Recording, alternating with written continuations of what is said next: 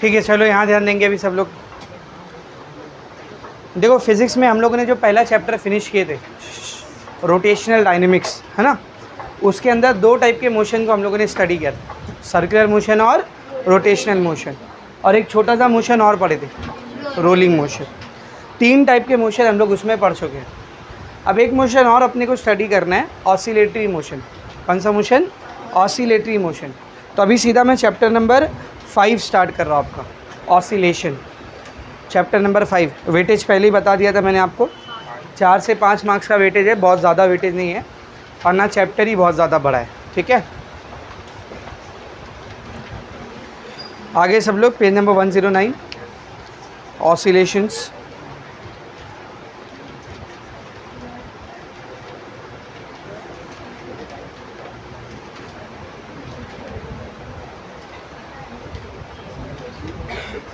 Yes, देखो oscillation के बारे में इंट्रोडक्शन मैंने आपको पहले ही दे दिया था। इधर ध्यान दो, बात बंद करो सब लोग। जब हम लोग रोटेशनल डायनेमिक्स के बेसिक्स को स्टडी कर रहे थे, टाइप्स ऑफ मोशन उसमें मैंने आपको पढ़ाया था, याद है? तो 3 टाइप के मोशन मैंने आपको बताया था। लीनियर मोशन, याद है? लीनियर मोशन, रोटेटरी मोशन और ऑसिलेटरी मोशन। लीनियर मोशन में क्या होता है? ऑब्जेक्ट एक लाइन पे मूव करता है, या तो स्ट्रेट लाइन पे या तो कर्व लाइन पे। स्ट्रेट लाइन पे मूव करेगा तो रेक्टिलीनियर, और कर्व पे मूव करेगा तो कर्वीलीनियर। सेकेंड हमने देखा था रोटेटरी मोशन, जिसमें ऑब्जेक्ट अपनी एक्सिस के अबाउट घूमता है कि नहीं? और रोटेटरी मोशन के ऊपर पूरा हमने डेरिवेशन, फॉर्मूले वगैरह भी सब पूरा स्टडी किया डिटेल में। तीसरा आखिरी टाइप का मोशन हमने क्या देखे थे? ऑसिलेटरी मोशन, या उसको वाइब्रेटरी मोशन भी कहते हैं, वाइब्रेशन भी कहते हैं, है ना? याद है ना? क्या खास बात थी ऑसिलेशन में? इसमें जो ऑब्जेक्ट होता है वो टू एंड फ्रो मूव करता है। कैसा मूव करता है? To and fro. Oscillatory motion को समझाने के लिए सबसे बेस्ट एग्जांपल होती है पेंडुलम, है कि नहीं? जब पेंडुलम ऐसा रुका हुआ है इक्विलिब्रियम में, इसमें इक्विलिब्रियम में रेस्ट पर है, तो इस पोजीशन को बोला जाता है उसकी मीन पोजीशन। क्या बोलते हैं इसको? Mean position. जब ये मोशन स्टार्ट करता है पेंडुलम, इधर आता है ऐसा, फिर यहाँ पे वापस, फिर अपोजिट साइड, फिर यहाँ पे वापस, तो इस साइड पे ज़्यादा से ज़्यादा यहाँ तक आया ये, तो ये पॉइंट कहलाता है एक्सट्रीम पोजीशन। क्या कहलाता है? एक्सट्रीम। एक्सट्रीम मतलब हद, है कि नहीं? फिर इधर आया वापस से मीन पे, और फिर अपोजिट साइड पर कहाँ गया? एक्सट्रीम पर। यानी यहाँ पर एक मीन पोजीशन है और 2 एक्सट्रीम पोजीशन। तो जब ऑब्जेक्ट मीन से एक्सट्रीम पोजीशन पर जाता है, रिटर्न मीन पर आता है, इस मोशन को टू मोशन बोलते हैं। क्या बोलते हैं? टू। और ये वाला फ्रो, टू फ्रो। और ऐसा मोशन जो टू एंड फ्रो होता है, इसको हम लोग क्या कहते हैं? बोल, ऑसिलेशन कहते हैं। क्या कहते हैं? ऑसिलेशन। तो इसी ऑसिलेटरी मोशन के बारे में हम लोगों को डिटेल में इस चैप्टर में पढ़ना है। आपको पहले ऑसिलेशंस के बारे में कई सारी एग्जांपल्स वगैरह दिए हैं। जैसे अगर आपको पेपर में पूछता है ऑसिलेशन की कुछ एग्जांपल्स दो, तो आपको बहुत सारे एग्जांपल वहाँ पर दिया हुआ है। इंट्रोडक्शन पे आओ, आगे बेटा इंट्रोडक्शन पे तीसरी लाइन देख, चौथी लाइन देखो क्या लिखा है? Examples of oscillatory motion. Examples दे रहा है, क्या क्या दे रहा है देख। Like rocking of a cradle. Cradle समझता है?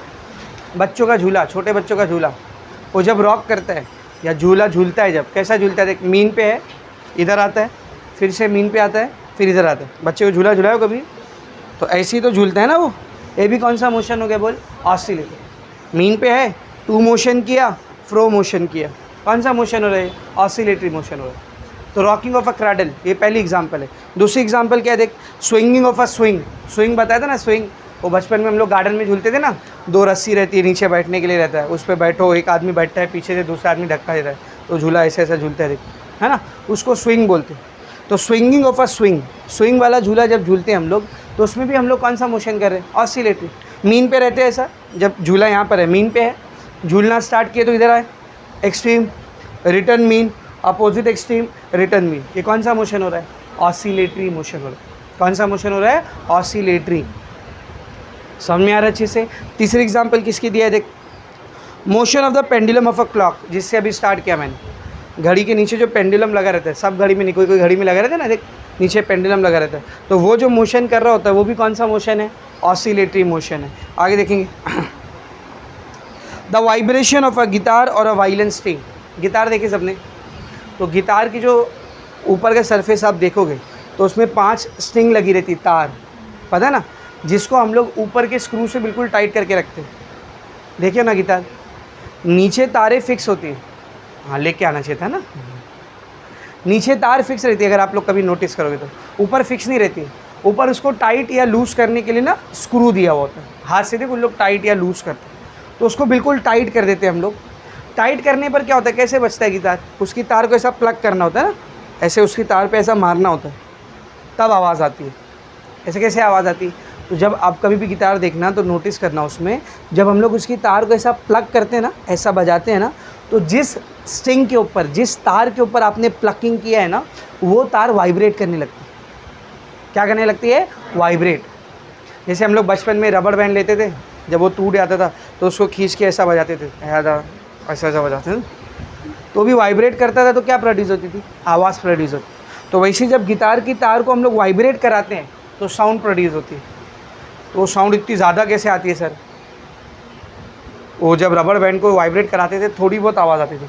यहाँ पर इतना ज़्यादा साउंड क्यों आ रहा है, क्योंकि वहाँ पर एयर कॉलम का इस्तेमाल होता है। अगर आपने देखा होगा, जहाँ पर तार को हम लोग ऐसा बजाते हैं, जिस पॉइंट पर तार को हम लोग प्लग करते हैं, उसके पीछे एक राउंड ओपनिंग रहती है, गोल ओपनिंग रहती है, और उस ओपनिंग के अंदर हॉलो स्पेस होता है जिसमें हवा भरी हुई होती है। तो जब आप वाइब्रेट करते हो ना, तो ये साउंड अंदर गया और उस हॉलो स्पेस में हवा के साथ क्या करता है, और ऑसिलेट करता है और रिफ्लेक्ट करता है, तो ज़्यादा साउंड सुनने में आता है अपने को। तो गिटार की जो स्ट्रिंग है वो भी कौन सा मोशन परफॉर्म कर रही है, oscillatory motion. Similarly violin, Mohabbatein picture में शाहरुख खान को देखियो, वो वायलिन बजाते रहता है, देख, उसमें बस ये होता है कि तार को प्लग करने के बजाय एक दूसरी चीज़ के ज़रिए ऐसे ऐसे ऑसिलेट कराया जाता है। एक दूसरी तार होती है, उसके ज़रिए उसको ऑसिलेट कराया जाता है। समझ में आ रहा अच्छे से। तो गिटार की जो स्ट्रिंग है वो भी कौन सा मोशन कर रही है, बोलो, ऑसिलेटरी मोशन कर रही है। नेक्स्ट एग्जांपल कौन सा दिया, देख, up and down motion of the needle of a swing machine. मिला, जो स्विंग मशीन होती है, सिलाई मशीन, देखिए हो सिलाई मशीन, तो उसकी जो सुई रहती है, नीडल कैसा मोशन करती है, वो अप एंड डाउन। ये उसकी मीन पोजीशन है। जब हम लोग मशीन को चलाना शुरू करते हैं तो नीचे जाती है, मीन पे आती है और ऊपर भी जाती है। ये मशीन के जहाँ पर सुई रहती है ना, उसके जस्ट ऊपर एक रॉड लगी रहती है, वो रॉड को नोटिस करने का, अंदर भी जाती है, वो अपनी नॉर्मल पोजीशन पे भी आती है और ऊपर भी आती है। तो सुई कौन सा मोशन कर रही है, ऑसिलेटरी मोशन। खाली इतना फ़र्क है कि ये टू एंड फ्रो नहीं हो रहा है, कैसा हो रहा है, अप एंड डाउन हो रहा है। ये उसका मीन पोजीशन है, डाउन पोजीशन पे गया मीन पोजीशन, अप पोजीशन पे गया मीन पोजीशन। तो ये भी कौन सा मोशन है, बोल, ऑसिलेटरी मोशन। समझ में आया बेटा सबको। The motion of the prongs of a vibrating tuning forks. Tuning fork इस्तेमाल किया अभी तक एक भी बार फिज़िक्स के लैब में, फिज़िक्स प्रैक्टिकल में गए हो ना, 11th में गए हो ना, तो वहाँ पे अगर आपने शायद एक आध एक्सपेरिमेंट किया होगा, ऐसा एक वाई शेप की ऐसा एक फोर्क होती है, मेटल की बनी हुई होती है, इसके साथ एक साबुन के जितना बड़ा ऐसा पैड देते हैं, टफ रहता है थोड़ा, इसको जब उसके ऊपर ऐसा मारते हैं ना तो बजने लगते हैं। यूज़ किया इसको, नहीं किया, 12th में करोगे, 12th में आएगा ये। 12th में इसके 4-5 एक्सपेरिमेंट है। इसको ट्यूनिंग फोक बोलते हैं। क्या बोलते हैं इसको, बोल, ट्यूनिंग फोक। फोक पता है ना, वो कांटे वाला चम्मच, तो ऐसा फोक जैसे है ना ऊपर से, इसको क्या बोलते हैं बेटा, फोक, ट्यूनिंग फोक। क्या बोलते, बोल, ट्यूनिंग फोक। इसके साथ एक वाइब्रेटिंग पैड होता है, ये ट्यूनिंग फोक को ऐसा पकड़ना होता है और एक साइड से, चाहे ये साइड से चाहे ये साइड से, मतलब चाहे ये साइड से चाहे ये साइड से, इसको पैड के ऊपर एकदम ऐसा ताकत से मारते हैं हम लोग। तो जब उसको मारते हैं ना, तो इसके जो दोनों प्रोंग्स दिख रहे, प्रोंग्स, इनको प्रोंग्स बोलते हैं। क्या बोलते हैं इनको, प्रोंग्स। इसके दोनों प्रोंग्स ऐसे ऐसे ऑसिलेट करने लगते हैं, वाइब्रेट करने लगते हैं, और उस वाइब्रेशन से क्या प्रोड्यूस होती है, आवाज़ प्रोड्यूस होती है, साउंड प्रोड्यूस होती है। और फिर उस साउंड को हम लोग ट्रांसफ़र करते हैं वायर के ऊपर, तो वायर भी ऐसे ऐसे ऑसिलेट करने लगता है। क्यों करते हैं, तो उसके पीछे सोनोमीटर का पूरा कंसेप्ट है, वो आप प्रैक्टिकल में भी करोगे और मैं आपको पढ़ाऊँगा भी। आपको स्टेशनरी वेव करके, स्टैंडिंग वेव करके, या सुपर पोजिशन ऑफ वेव करके एक चैप्टर है, उसमें मैं आपको सोनोमीटर का पूरा एक्सपेरिमेंट समझाऊँगा। वो एक्सपेरिमेंट आप लोग फिज़िक्स के लैब में भी करोगे और टेक्स्ट बुक में भी पढ़ना है, दोनों है। समझ आ अच्छे से। ज़्यादातर क्या होता है, जो एक्सपेरिमेंट हम लोग लैब में कर रहे हो टेक्स्ट बुक में नहीं होते, वो खाली लैब का हिस्सा होता है। लेकिन सोनोमीटर का एक्सपेरिमेंट एक ऐसा एक्सपेरिमेंट है जो आपको लैब में भी परफॉर्म करना है और टेक्स्ट बुक में भी पढ़ना है। उसका डेरिवेशन न्यूमेरिकल भी आता है बोर्ड में। समझ में आ रहा है। एक सोनोमीटर और एक फिज़िक्स में एक और टॉपिक है पोटेंशियोमीटर। कौन सा, पोटेंशियोमीटर और व्हीटस्टोन ब्रिज, या मीटर ब्रिज भी बोलते हैं उसको, पोटेंशियोमीटर और meter bridge. Sonometer, potentiometer, meter bridge. 12th में 3 टॉपिक ऐसे हैं जिसका derivation, numerical, formula text book में भी पढ़ना है और फिजिक्स में इसका लैब में प्रैक्टिकल भी करना है। समझ में आ रहा है? तो अभी कॉलेज चालू होने वाली ना 15 तारीख से, तो आपके फिजिक्स प्रैक्टिकल में अगर पोटेंशियोमीटर हुआ, मीटर ब्रिज हुआ या सोनोमीटर हुआ तो उसको थोड़ा ध्यान से सुनना, और सब प्रैक्टिकल की तरह नहीं, हाँ सर समझा रहे, आप इधर उधर देख रहे, बाद में वैसे भी रीडिंग बाजू वाले की छापने वाले हैं, ऐसा नहीं। कौन कौन सा नाम लिया मैंने? पोटेंशियोमीटर, सोनोमीटर और मीटर ब्रिज। ये 3 का प्रैक्टिकल होगा ना, ज़रा ध्यान से सुनना, समझ में आ रहा अच्छे से, क्योंकि उसको हम लोग थ्योरी में भी पढ़ेंगे। थ्योरी में तो मैं समझाऊंगा एकदम कायदे से, लेकिन अब मैं इधर ला के करा नहीं सकता ना, तो करा हुआ तुम्हारा कॉलेज में रहेगा, जब मैं बोलूँगा तो तुमको याद आएगा, हाँ हाँ सर ऐसा किए थे। समझ में आ रहा अच्छे से? ठीक है, खैर। तो इसको क्या बोलते हैं बेटा हम लोग? बोल, ट्यूनिंग फोक। क्या बोलते हैं? ट्यूनिंग फोक। इसको जब हम लोग ऐसा पैड पे मारते हैं तो इसके जो प्रॉन्ग्स होते हैं दोनों, ये भी क्या परफॉर्म करने लगते हैं? Oscillatory motion. अब एक एग्जांपल नहीं, आपको कितनी सारी एग्जांपल दे दिया, देखो कितनी सारी एग्जांपल दे दी। एक एग्जांपल और दिया है, oscillation of a spring. Spring पता है ना? स्प्रिंग, एक समझ, एक स्प्रिंग है, उसको ऐसा दबा के छोड़ दिया मैंने, क्या होगा? वो स्प्रिंग ऐसे ऐसे करेगी, है ना? ये भी कौन सा मोशन हो रहा है? ऑसिलेटरी मोशन हो रहा है। तो एक नहीं, हाँ ये स्प्रिंग है, थैंक यू, ये स्प्रिंग है। इसको अगर हम लोग ऐसा प्रेस करके छोड़ेंगे तो ये ऑसिलेटरी मोशन ही स्टार्ट करेगा ना। समझ में आ रहा अच्छे से? तो आपको एक नहीं 10 एग्जाम्पल दी हुई है, तो अगर क्वेश्चन आता है गिव एनी 2 या any 3 example of oscillatory motion, इसमें से कोई भी 2-3 एग्जाम्पल दे देना जितना पूछा है। समझ में आ रहा अच्छे से? Very much clear. अब बेटा एक चीज़ याद करो, जब पहला चैप्टर मैंने आपको पढ़ाया था तो मैंने आपको एक टाइप ऑफ मोशन पढ़ाया था, पीरियोडिक मोशन, याद है? पीरियोडिक मोशन किसको बोलते? Periodic motion equal interval of time के बाद रिपीट होएगा। Very good. एक ऐसा मोशन जो फिक्स टाइम के बाद क्या होगा? बोल, रिपीट। खाली रिपीट होगा ऐसा नहीं, खाली रिपीट होगा ऐसा नहीं, फिक्स टाइम पे रिपीट होगा। फिक्स टाइम पे क्या होगा? रिपीट होगा। जैसे ये फ़ैन, ये फ़ैन की ब्लेड अगर अभी इधर है और 2 सेकंड के बाद घूम के पूरी यहाँ पे आई, तो फिर से 2 सेकंड में सेम मोशन करके इधर आई, फिर से 2 सेकंड में सेम मोशन करके इधर आई, यानी फिक्स टाइम में। क्या बोला मैंने? फिक्स टाइम में ये ब्लेड अपने मोशन को बार बार क्या कर रही है? बोल, रिपीट कर रही है। कौन सा मोशन हुआ ये? पीरियोडिक। यही अगर इस फ़ैन को मैं बंद करता हूँ तभी भी थोड़ी देर इसकी ब्लेड घूमेगी और तभी भी अपना मोशन रिपीट करेगी, लेकिन फिक्स टाइम पे रिपीट नहीं करेगी, क्योंकि पंखा जब बंद होता है तो धीरे धीरे क्या होने लगता है? स्लो होने लगता है। तो पहली बार जब घूम के आया रहेगा ब्लेड तो हो सकता है 2.5 सेकंड लिया हो, दूसरी बार में हो सकता है 3 सेकंड लिया हो, तीसरी बार में हो सकता है 4 सेकंड लिया। तो मोशन रिपीट तो हो रहा है, फिक्स टाइम पे रिपीट हो रहा है क्या? नहीं। उसको पीरियोडिक बोल सकते हैं क्या हम लोग? नहीं। और एग्जांपल अगर हम लोग लेना चाहे पीरियोडिक मोशन की, तो अर्थ का मोशन अराउंड सन, अर्थ जो सन के अराउंड घूम रही, ये भी कैसा मोशन है? Periodic motion. हर 365 डेज़ पे ये मोशन क्या होता है? रिपीट होता है ना। ऐसा तो कभी है नहीं कि अर्थ गुस्से में आ गई, बोले अब ज़्यादा तेज़ घूमने लगे, ख़त्म है अभी, कुछ नहीं 200 दिन में 1 साल ख़त्म, ख़त्म। अरे बोले 200 दिन में बोर्ड आ गया चीटिंग हो गई हमारे साथ ऐसा होता है क्या कभी? नहीं। फिक्स टाइम में अर्थ अपने मोशन को बार बार क्या कर रही है? बोल, रिपीट कर रही। तो ये भी मोशन कौन सा मोशन हुआ? Periodic motion.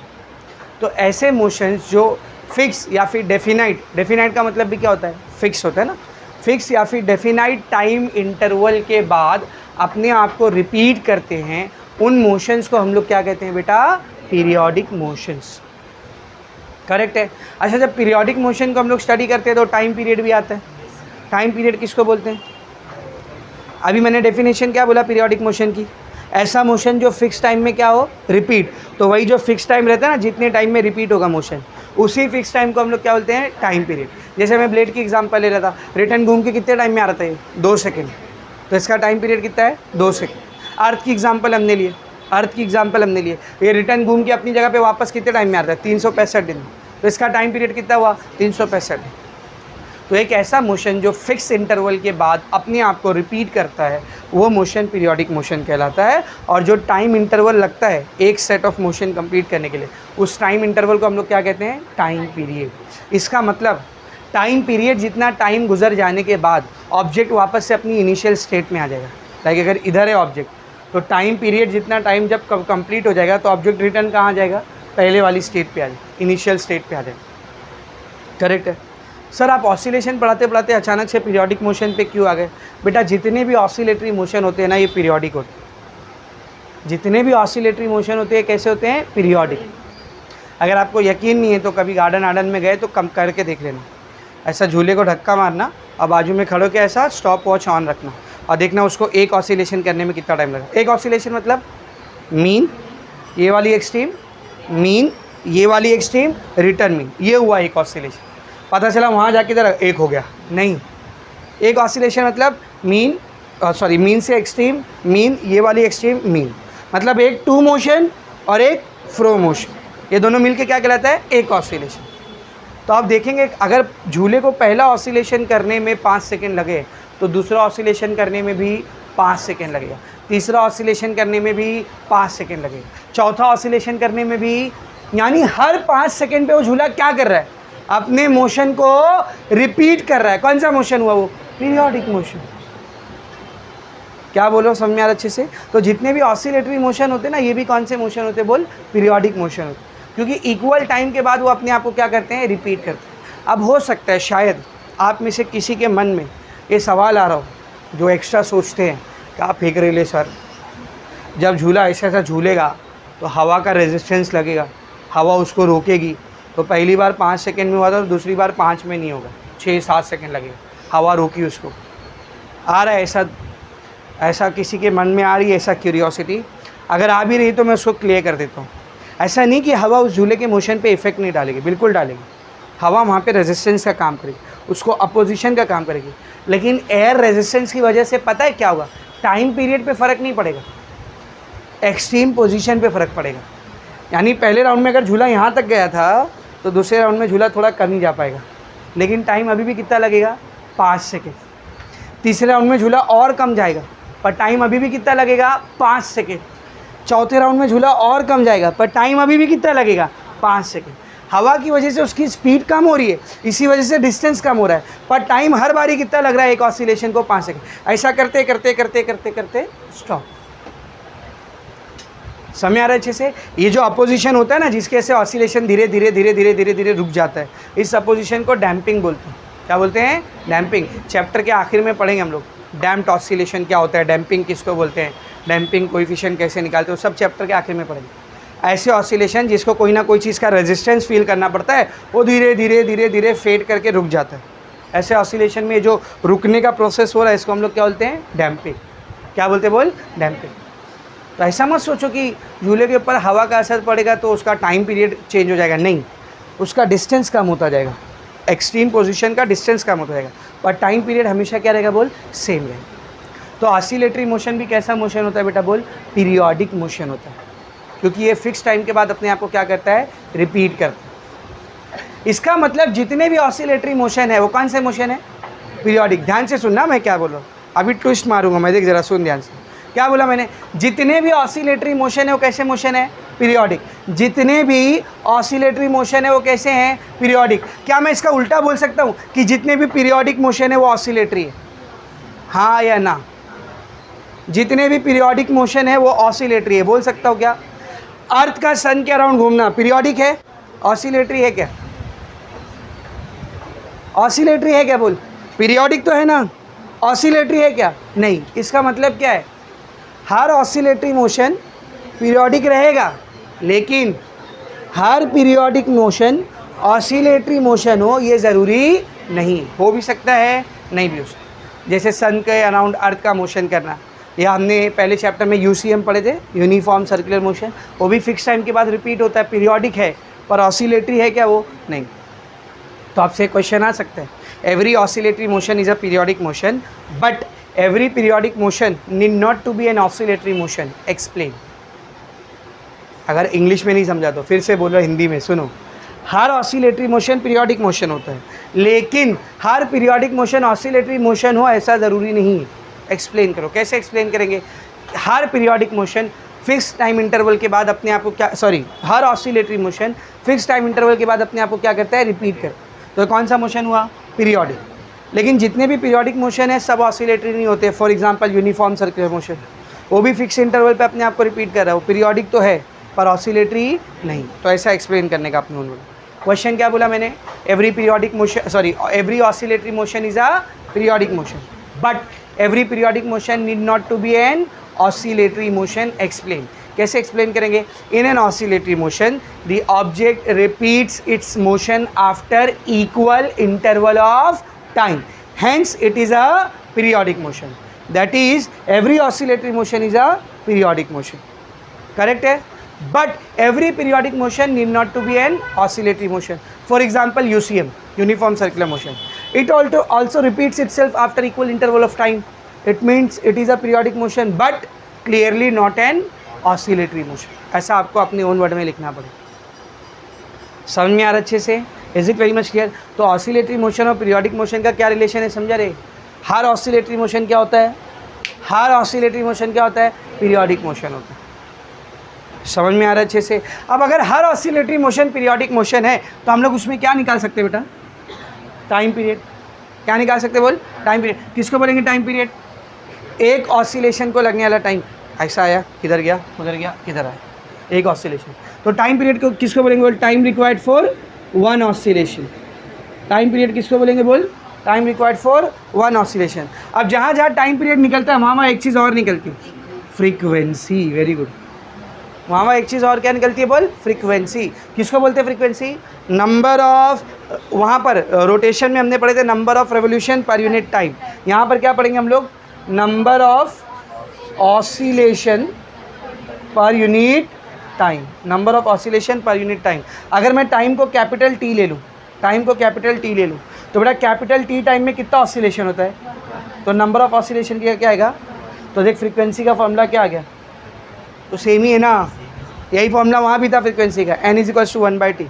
समझ, एक ऑसिलेशन हो रहा था, मैंने आपको फ्रीक्वेंसी बताया 3 हर्ट्ज़, यानी वो बहुत फास्ट ऑसिलेशन हो रहा है. एक सेकेंड में कितना ऑसिलेशन हो जा रहा है? 3. तुम बोलेंगे एक, उतने टाइम में उसका कितना ऑसिलेशन हो चुका है? 3. इतना फास्ट ऑसिलेट कर रहा है वो. एक ऑसिलेशन हो रहा है, उसकी फ्रीक्वेंसी है 0.25 हर्ट्ज़. इसका मतलब क्या है? एक सेकेंड में वो ऑसिलेशन कितना कंप्लीट हुआ है? 25%. पाव क्वार्टर. 25% मतलब मीन से यहाँ तक गया, बस यही ना 25%. देख 25, 50, 75, 100 कंप्लीट. तो अगर फ्रीक्वेंसी 0.25, इसका मतलब क्या है? ऑब्जेक्ट यहाँ था, एक सेकंड में यहाँ पहुँचे. समझ में आ रहा है? बाकी फ्रीक्वेंसी का फॉर्मूला क्या बेटा? 1/t. कुछ नया नहीं, वही फर्स्ट चैप्टर का, कुछ नया नहीं. अच्छा, जहाँ पर फ्रीक्वेंसी आती है वहाँ पर एक चीज़ और आती है, तुम लोग बताएंगे मेरे को. देख इधर देख, अगर इसी फ्रीक्वेंसी को मैं 2π से मल्टीप्लाई कर दूँ, क्या आ जाता है बोल? ओमेगा. Very good. क्या आ जाता है? ओमेगा. क्या बोलते हैं इस ओमेगा को?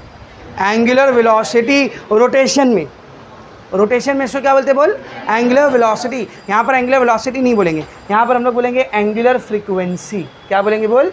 Angular frequency. एंगुलर वेलोसिटी बोलोगे क्या? नहीं. ऑब्जेक्ट ऑसिलेट कर रहा है, रोटेट नहीं कर रहा है, तो आप इसको एंगुलर वेलोसिटी नहीं बोलोगे. क्या बोलोगे बोल? Angular frequency. सर, जब ऑब्जेक्ट ऐसा ऑसिलेट कर रहा है तो उसमें एंगुलर कहाँ से आ गया? कुछ घूम तोड़ो ना रहे. क्या घूमता है वो सब आगे चैप्टर में बताऊँगा मैं. उसके लिए रेफरेंस सर्कल मेथड करके एक टॉपिक है, उसमें समझेगा ये ओमेगा यहाँ पर कहाँ से है. खैर, इधर ध्यान से देख.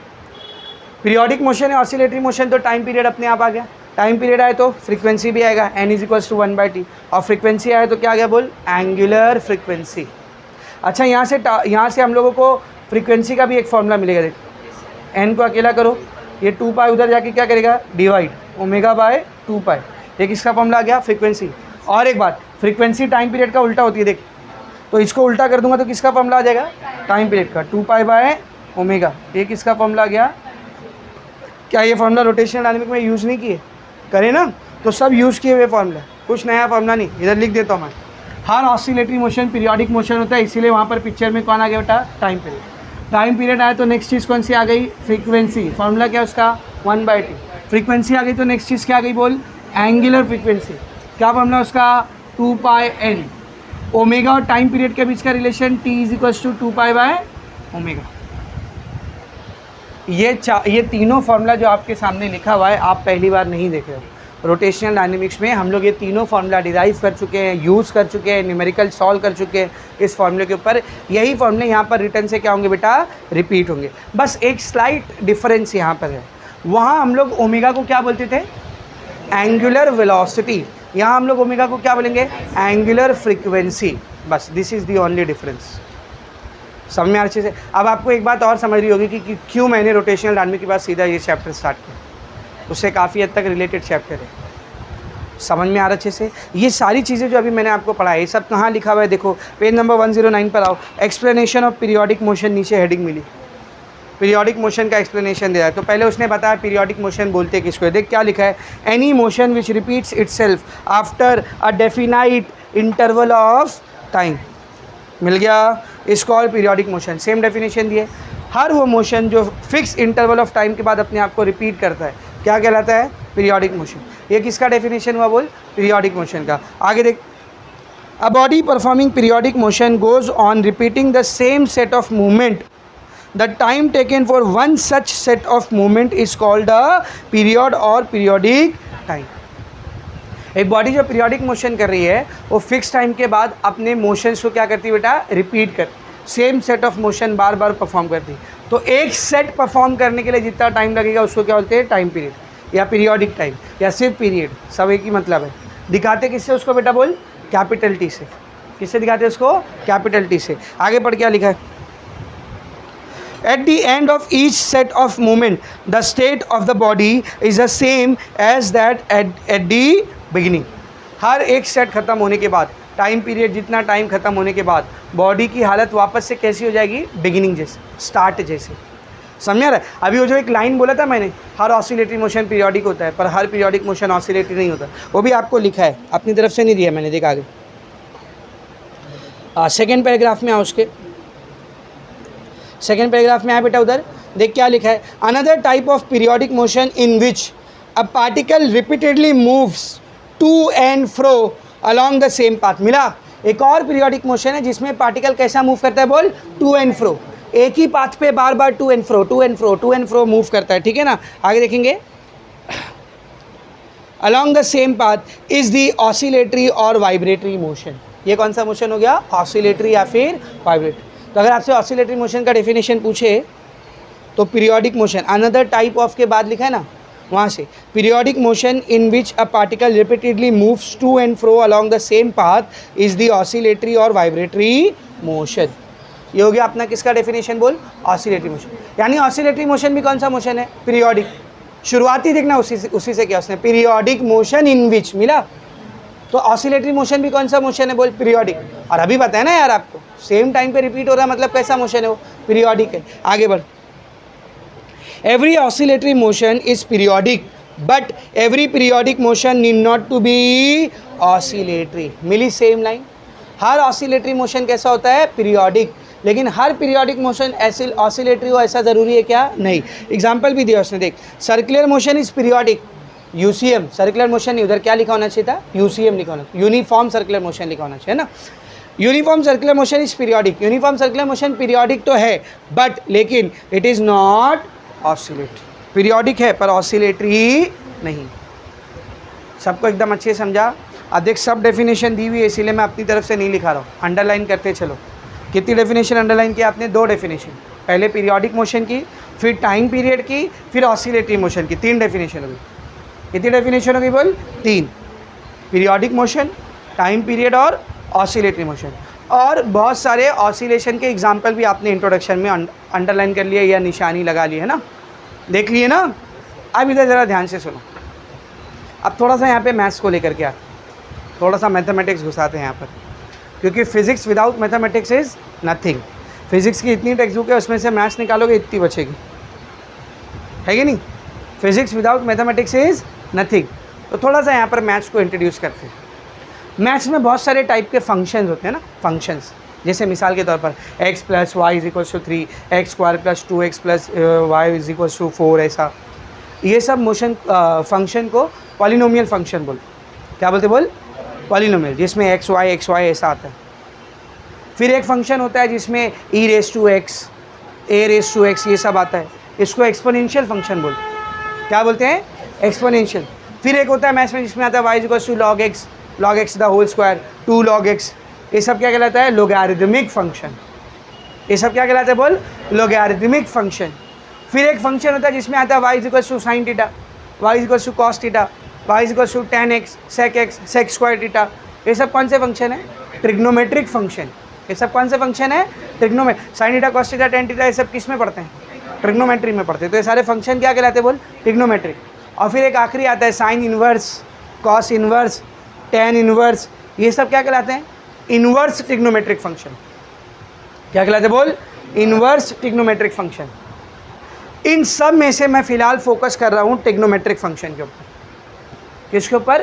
ट्रिग्नोमेट्रिक फंक्शन के ऊपर।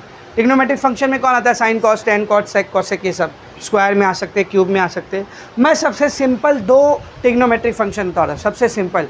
कौन से दो? साइन थीटा और कॉस थीटा। कौन कौन बेटा? साइन थीटा और कॉस थीटा।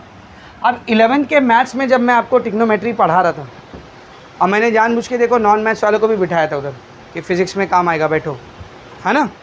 तो अगर आपको याद हो तो, अगर आपको याद हो तो ट्रिग्नोमेट्री में मैंने आपको sine cos tan cot sec cosec ये 6 फंक्शन के ग्राफ बना के दिया था। याद है? किसी का ऐसा ग्राफ बना था, किसी का ऐसा नाचता हुआ ग्राफ बना था, है ना। तो ज़्यादा नहीं, खाली साइन और कॉस के ग्राफ याद करो, साइन और कॉस के ग्राफ याद करो। साइन का ग्राफ कैसा बनता है? देख, साइनोसॉइडल ग्राफ, याद है? ऐसा वेव की तरह। ये ग्राफ किसका ग्राफ है? साइन का ग्राफ।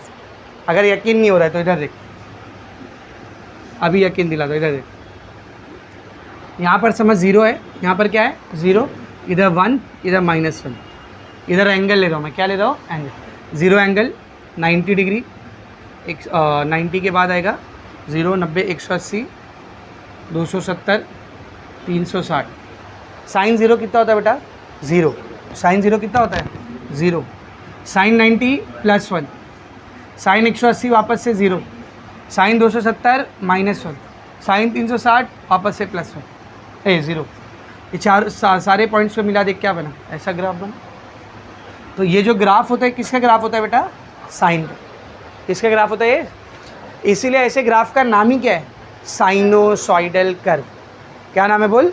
Sinusoidal curve. कॉस का ग्राफ कैसा बनता है? सेम ऐसे, डिक्टो ऐसी, खाली वो 0 से स्टार्ट होने के बजाय +1 से स्टार्ट होता है। यानी कॉस का ग्राफ देख यहाँ से चालू होता है। एक इसका ग्राफ हो गया बोल? कॉस का। एक इसका ग्राफ हो गया बोल? कॉस का। अब एक काम करते हैं हम लोग, ऑसिलेशन का ग्राफ बनाते हैं। किसका ग्राफ बनाते हैं? इधर देख, इधर देखा बोर्ड पे, बहुत ध्यान से देखना बेटा। समझिए एक ऑब्जेक्ट है, ऑसिलेटरी मोशन परफॉर्म कर रहे हैं। पहले ये इधर आया एक्सट्रीम पे, इसका डिस्प्लेसमेंट हुआ 2 सेंटीमीटर। कितना? 2 सेंटीमीटर। फिर ये रिटर्न इधर गया, डिस्प्लेसमेंट हुआ 2 सेंटीमीटर। फिर ये रिटर्न इधर गया, डिस्प्लेसमेंट हुआ 2 सेंटीमीटर। इधर आया 2 सेंटीमीटर। तो ऐसा ऐसा ऐसा ऑसिलेशन कर रहे हैं। समझ में आ रहा अच्छे से? ठीक है ना। और मीन पोजीशन पे डिस्प्लेसमेंट रहेगा 0। मीन पे कितना रहेगा? 0। यहाँ से यहाँ तक का 2 है, यहाँ से यहाँ तक का भी 2 है। लेकिन जब यहीं पे रहोगे जहाँ से नाप रहे हो, जहाँ से नाप रहे हो वहीं पे खड़े हो तो डिस्टेंस कितना लोगे? 0 ना। चल ग्राफ बनाते। शुरुआत में ऑब्जेक्ट इधर था, डिस्प्लेसमेंट कितना हुआ है? 0। तो मैं यहाँ पे लेता हूँ 0, यहाँ पे लेता हूँ 2, यहाँ पे लेता हूँ -2। तो शुरुआत में ऑब्जेक्ट इधर था, डिस्प्लेसमेंट कितना है? 0। ये मिल गया मेरे को पहला पॉइंट, 0। फिर ऑब्जेक्ट किधर गया बोल? ऐसा बड़ा आगे, कितना सेंटीमीटर? 2 सेंटीमीटर। अच्छा 0 से 2 तक गया, वो 0 से 2 तक गया है। कम होके गया है या बढ़ के गया है? बढ़ के। 0, 1, 1.5, 2 बढ़ के गया है ना। तो 0 से 2 तक क्या हुआ है? वो बढ़ा है। तो ये है ना 2, तो देख 0 से 2 तक बढ़ के आया वो, सही है।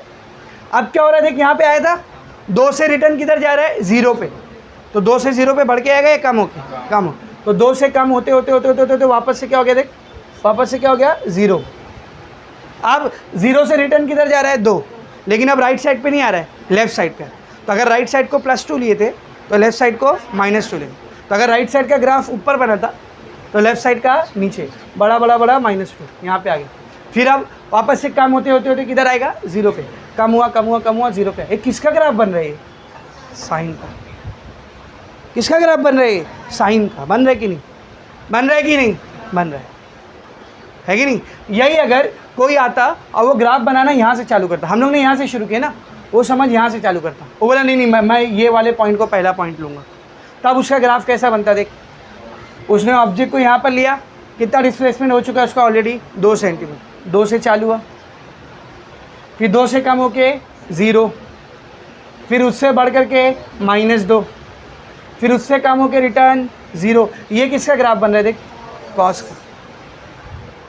कुछ समझ रहा है बेटा? कुछ समझ रहा है आपको? जब भी ऑसिलेशन में आप डिस्प्लेसमेंट का ग्राफ बनाओगे, ये 2 सेंटीमीटर क्या था?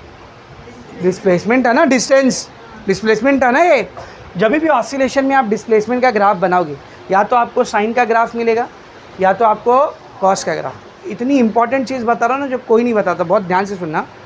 जब भी आप डिस्प्लेसमेंट का ग्राफ बनाओगे ऑसिलेशन में, या तो आपको साइन का ग्राफ मिलेगा या तो आपको कॉस का ग्राफ मिलेगा। सिमिलरली अगर आप डिस्प्लेसमेंट का ग्राफ नहीं बनाते, वेलोसिटी का ग्राफ बनाते, किसका बनाते हैं? वेलोसिटी का। चैप्टर में बनाएंगे भी हम लोग, डिस्प्लेसमेंट का भी ग्राफ बनाएंगे, वेलोसिटी का भी बनाएंगे, एक्सेलरेशन का भी बनाएंगे, तीनों का बनाएंगे। डिस्प्लेसमेंट का ग्राफ बनाए कैसा मिला? या तो साइन या तो कॉस। वेलोसिटी का बनाओगे तो भी कैसा मिलेगा? या तो साइन या तो कॉस। एक्सेलरेशन का बनाओगे तो भी कैसा मिलेगा? या तो साइन या तो कॉस। इन शॉर्ट अगर मैं ऑसिलेशन में चाहे डिस्प्लेसमेंट, चाहे वेलोसिटी, चाहे एक्सेलरेशन, किसी का भी ग्राफ बनाता हूँ तो ग्राफ किसके ग्राफ की तरह बनता है? साइन थीटा और कॉस थीटा की तरह। फिर से, अगर मैं ऑसिलेशन में डिस्प्लेसमेंट, वेलोसिटी या एक्सेलरेशन किसी भी एक चीज़ का ग्राफ बनाता हूँ तो ग्राफ किसकी तरह बनता है? बोल, साइन थीटा के ग्राफ की तरह या तो कॉस थीटा के ग्राफ की तरह। अब एक बात और सुनो बेटा, मैथ्स में साइन थीटा और कॉस थीटा को ट्रिग्नोमेट्रिक फंक्शन तो बोलते ही है, लेकिन इन दोनों का एक नाम और है, इनको हार्मोनिक फंक्शन भी कहा जाता है। और क्या बोलते बोल इनको? Harmonic function. कौन से फंक्शन? Harmonic function. क्या बोलते बोल? Harmonic function. तो फिर से ऑसिलेशन में मैं चाहे डिस्प्लेसमेंट, चाहे वेलोसिटी, चाहे एक्सेलरेशन, किसका भी ग्राफ बनाऊं, किसकी तरीके का बन रहा है वो ग्राफ? या तो साइन थीटा की तरह या तो कॉस थीटा की तरह। या तो मैं ऐसा बोल सकता हूँ sine theta and cos theta की तरह, या तो मैं ऐसा बोल सकता हूँ साइन थीटा कॉस थीटा की तरह, हार्मोनिक फंक्शन की तरह। तो मैं अपना जुमला फिर से रिपीट कर रहा हूँ, ध्यान से सुनना। ऑसिलेशन में डिस्प्लेसमेंट, वेलोसिटी और एक्सेलरेशन का ग्राफ हार्मोनिक फंक्शन के ग्राफ की तरह बनता है। यही वजह है कि ऑसिलेशन को हार्मोनिक मोशन भी बोलते हैं। और क्या बोलते बोल? Harmonic motion. गया भेजे में क्यों बोलते हैं हार्मोनिक मोशन? समझा? ये देख कैसा पढ़ाते इसको टीचर लोग। ऑसिलेशन का डेफिनेशन बता दिए बेटा, ऑसिलेशन को ही हार्मोनिक मोशन भी कहा जाता है। बढ़ जाओ आगे। मैं भी इतना बोलता तो आप मानते नहीं क्या? अयूब सर बोल रहे हैं, कुछ सोच के ही बोल रहे होंगे, सही बोल रहे होंगे, मान लो। लेकिन क्यों बोलते हैं उसको हार्मोनिक मोशन? उसके पीछे एक रीज़न है। क्या रीज़न है बेटा? जब डिस्प्लेसमेंट, वेलोसिटी और एक्सेलरेशन का ऑसिलेशन में ग्राफ बनाया जाता है तो ग्राफ किसकी तरह बनता है? साइन थीटा कॉस थीटा के ग्राफ की तरह बनता है। साइन थीटा कॉस थीटा को हार्मोनिक फंक्शन बोलते हैं, यानी इसका ग्राफ हार्मोनिक फंक्शन के ग्राफ की तरह बन रहा है। इसीलिए ऑसिलेटरी मोशन का एक और नाम क्या है? बोल, हार्मोनिक मोशन। क्या नाम है बेटा? Harmonic motion. तो इस पूरे चैप्टर में हम लोग ऑसिलेशन पढ़ने वाले। ऑसिलेशन पढ़ने वाले मतलब क्या पढ़ने वाले? हार्मोनिक मोशन पढ़ने वाले। अब ये हार्मोनिक मोशन हम लोग एकदम सिंपल पढ़ेंगे। कैसा पढ़ेंगे? जैसे मिसाल के तौर पर इधर एक पेंडुलम देख, ऐसा ऑसिलेट कर रहा है, ऐसे ऑसिलेट कर रहा है, ये भी ऑसिलेशन, पर एक पाथ पे है क्या? 3 डायमेंशन में किधर भी नाच रहे हो। तो ये सिंपल ऑसिलेशन तो नहीं है, थोड़ा सा कॉम्प्लिकेटेड है। ऐसे ऑसिलेशन को पढ़ेंगे कि हम लोग नहीं, सिंपल पढ़ लो, वही बड़ी बात है कि नहीं? तो हम लोग जो भी ऑसिलेशन पढ़ने वाले, कैसा पढ़ने वाले? सिंपल, 1 डायमेंशन में ऐसे ऐसा हो रहा है, खत्म। तो ऑसिलेशन का और एक नाम क्या बताया मैंने आपको? Harmonic motion. कौन से टाइप के हार्मोनिक मोशन पढ़ रहे हैं हम लोग? सिंपल टाइप के। यही वजह है कि इसको सिंपल हार्मोनिक मोशन भी बोलते हैं। क्या बोलते हैं इसको? बोल, सिंपल हार्मोनिक मोशन। शॉर्ट में सिंपल का S, हार्मोनिक का H, मोशन का M। क्या आ गया? SHM। पूरे चैप्टर में आप बार बार देखो SHM SHM SHM SHM, numerical में आएगा SHM SHM। अब particle performing SHM। What is SHM समझ में आ रहा है? क्या फुल फॉर्म है पहले बताओ? Simple harmonic motion. SHM कोई और चीज़ है क्या? ये किसका दूसरा नाम है? सिंपल ऑसिलेशन का ही दूसरा नाम है, सिंपल हार्मोनिक मोशन। क्यों रखा गया ऐसा नाम? समझ में आया बेटा सबको? सबको अच्छे से समझा? तो इस पूरे चैप्टर में हम लोग SHM के बारे में ही पढ़ने वाले। ये पूरा चैप्टर हमारा किसके बारे में बेटा? बोल, SHM के बारे में। इधर देख, सिंपल हार्मोनिक मोशन किसको बोलते हैं? Simple harmonic motion. समझा ना? ऑसिलेशन का ही दूसरा नाम है वो, सिंपल हार्मोनिक मोशन। अब हम लोग भी इस चैप्टर में 2 टाइप के सिंपल हार्मोनिक मोशन पढ़ेंगे। कितने टाइप के? 2। कौन से 2? ध्यान दे। पहला हम लोग पढ़ेंगे लीनियर सिंपल हार्मोनिक मोशन। क्या बेटा?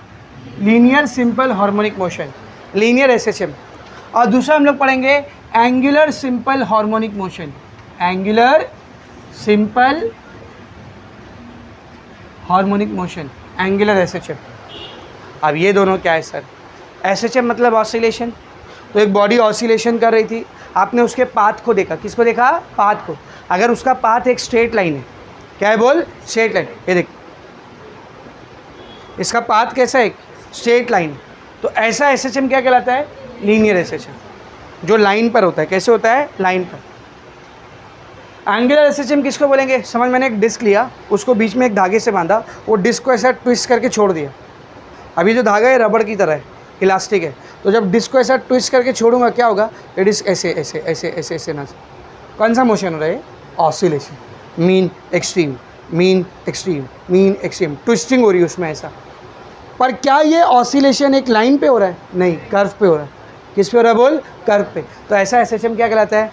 Angular SHM. पूरे चैप्टर में हमको ये दो टाइप के एसएचएम पढ़ना है, लीनियर एसएचएम और एंगुलर एसएचएम। ज़्यादा डिटेल में हम लोग इसको पढ़ने वाले, लीनियर एसएचएम को। फिर उसी के फॉर्मूले को चेंज करके क्या बना देंगे? Angular SHM. सर कैसे? एनालॉजी से। एनालॉजी याद है? एनालॉजी याद है ना? एनालॉजी से लीनियर मोशन में एस आता है, S linear displacement. Angular motion में कौन आता है? थीटा। बोले तो एंगुलर डिस्प्लेसमेंट। लीनियर मोशन में वी आता है, एंगुलर मोशन में ओमेगा। लीनियर मोशन में ए आता है, एंगुलर मोशन में अल्फा। लीनियर मोशन में फोर्स आता है, एंगुलर मोशन में torque. Very good. Linear motion में मास आता है, एंगुलर मोशन में मोमेंट ऑफ इनर्शिया। इनर्शिया नहीं, मोमेंट ऑफ इनर्शिया। किससे दिखाते हैं उसको? Capital I. तो ये सब एनालॉजी का इस्तेमाल करेंगे और इसमें जो जो फॉर्मूला पढ़ेंगे उसको चेंज मारेंगे, इसका फॉर्मूला बन जाएगा। वो जब आएगा तब बताऊंगा, डोंट वरी। मेन चैप्टर इसके ऊपर है, इसके बारे में भी है लेकिन थोड़ा सा है। देखो अगर आप लोग देखेंगे बेटा 109 पे नीचे देख, हेडिंग क्या है? Linear simple harmonic motion. मिला? तो यहाँ से क्या चालू रहा है अपना? Linear SHM. अब अगर आधे से ज़्यादा चैप्टर आप कवर करोगे, पेज नंबर 125 पे आओ। 125 के टॉप पे हेडिंग देख, 125 आगे टॉप पे क्या हेडिंग लिखी है देख? Angular SHM. मिला? Angular SHM. और देख 2-3 पेज चला है वो और चैप्टर फिनिश। सही है? यानी पूरा चैप्टर किसके बारे में? लीनियर एसएचएम और एंगुलर एसएचएम। उसमें भी मेन हमको किसको पढ़ना बेटा? लीनियर एसएचएम को पढ़ना। तो अभी मैं फ़िलहाल लीनियर एसएचएम को स्टार्ट कर रहा हूँ। सब लोग बोर्ड पर देखेंगे।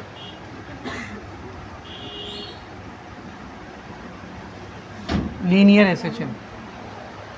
तो लीनियर एसएचएम में क्या पढ़ने जा रहे हैं हम लोग सर? लीनियर एसएचएम का सबसे पहले तो आपको डेफिनेशन पता होना चाहिए। क्या पता होना चाहिए बोल? डेफिनेशन। तो क्या है लीनियर एसएचएम का डेफिनेशन? एक पार्टिकल है, ऑसिलेशन परफॉर्म कर रहा है और उसका जो पाथ है वो कैसा है? स्ट्रेट लाइन है। तो ये कौन सा एसएचएम हुआ? Linear SHM. सही है? ये डेफिनेशन सही है पर मार्क्स नहीं मिलेगा। डेफिनेशन सही है पर मार्क्स नहीं मिलेगा। आपको डेफिनेशन थोड़ी सी टेक्निकल लिखनी पड़ेगी, थोड़ी सी फिज़िक्स की डेफिनेशन लिखनी पड़ेगी। तो वो डेफिनेशन समझाने के लिए मैं इधर कुछ समझाने जा रहा हूँ, वो समझेगा तो डेफिनेशन समझेगी। फिर मैं अंडरलाइन भी कराता हूँ, दिया हुआ टेक्स्ट बुक में डेफिनेशन ढूंढ कर। समझा अच्छे से? तो सबसे पहले मेरे को आपको डेफिनेशन पढ़ाना है। डेफिनेशन के लिए कंडीशन पढ़ा रहा हूँ, उस पर ध्यान से देखेंगे। फिर डेफिनेशन के बाद हम लोग पढ़ेंगे लीनियर एसएचएम की डिफरेंशियल इक्वेशन। क्या? लीनियर एसएचएम की डिफरेंशियल इक्वेशन। अब ये डिफरेंशियल इक्वेशन क्या होता है, उसको क्यों निकालते हैं, वो सब अभी आगे बताता हूँ। पहले डेफिनेशन समझते हैं। What is the definition? सब लोग बोर्ड पर देखेंगे। तो इसको समझने के लिए हम लोग एक एग्जाम्पल ले रहे हैं। क्या है सर एग्जाम्पल? एक मेरे पास ऐसा फ्लोर है, एक ऐसा प्लेन फ्लोर है जो कि फ्रिक्शनलेस है। कैसा है बोल? फ्रिक्शन नहीं है उस पर, एकदम पॉलिश। ऐसा रख के तो स्लिप। क्यों फ्रिक्शनलेस क्यों ले रहा बता? अगर फ्रिक्शन रहेगा तो फिर फ्रिक्शन का फोर्स क्या करेगा? ऑसिलेशन को रोकने का काम करेगा। फिर वो फोर्स को भी पिक्चर में कंसिडर करना पड़ेगा, फिर ये और कॉम्प्लिकेटेड हो जाएगा। तो काहे को अपनी जान का बवाल पढ़ने का, सिंपल रखते हैं। फ्लोर को कैसा रख रहे हैं हम लोग बोल? फ्रिक्शनलेस फ्लोर है। इसके ऊपर एक ब्लॉक रखा हुआ है। क्या रखा हुआ है बेटा? ब्लॉक। ऐसा ईंटे जैसा एक ब्लॉक रखा हुआ है। इसका मास है m। मास कितना है बोल? m। यहाँ पर एक फिक्स सपोर्ट है मैंने इस ब्लॉक को इस फिक्स सपोर्ट से एक स्प्रिंग के ज़रिए कनेक्ट कर रखा है। किसके ज़रिए कनेक्ट कर रखा है? स्प्रिंग। ये स्प्रिंग अभी एकदम रिलैक्स, एकदम नॉर्मल है। तो ये वाली जो पोजीशन है ब्लॉक की, ध्यान से सुनना बेटा, ब्लॉक की ये वाली जो पोजीशन है, ये फ़िलहाल आपको मीन पोजीशन दिखा रही है। क्या दिखा रही बोल? Mean position. ये कौन सी पोजीशन दिखा रही है? मीन।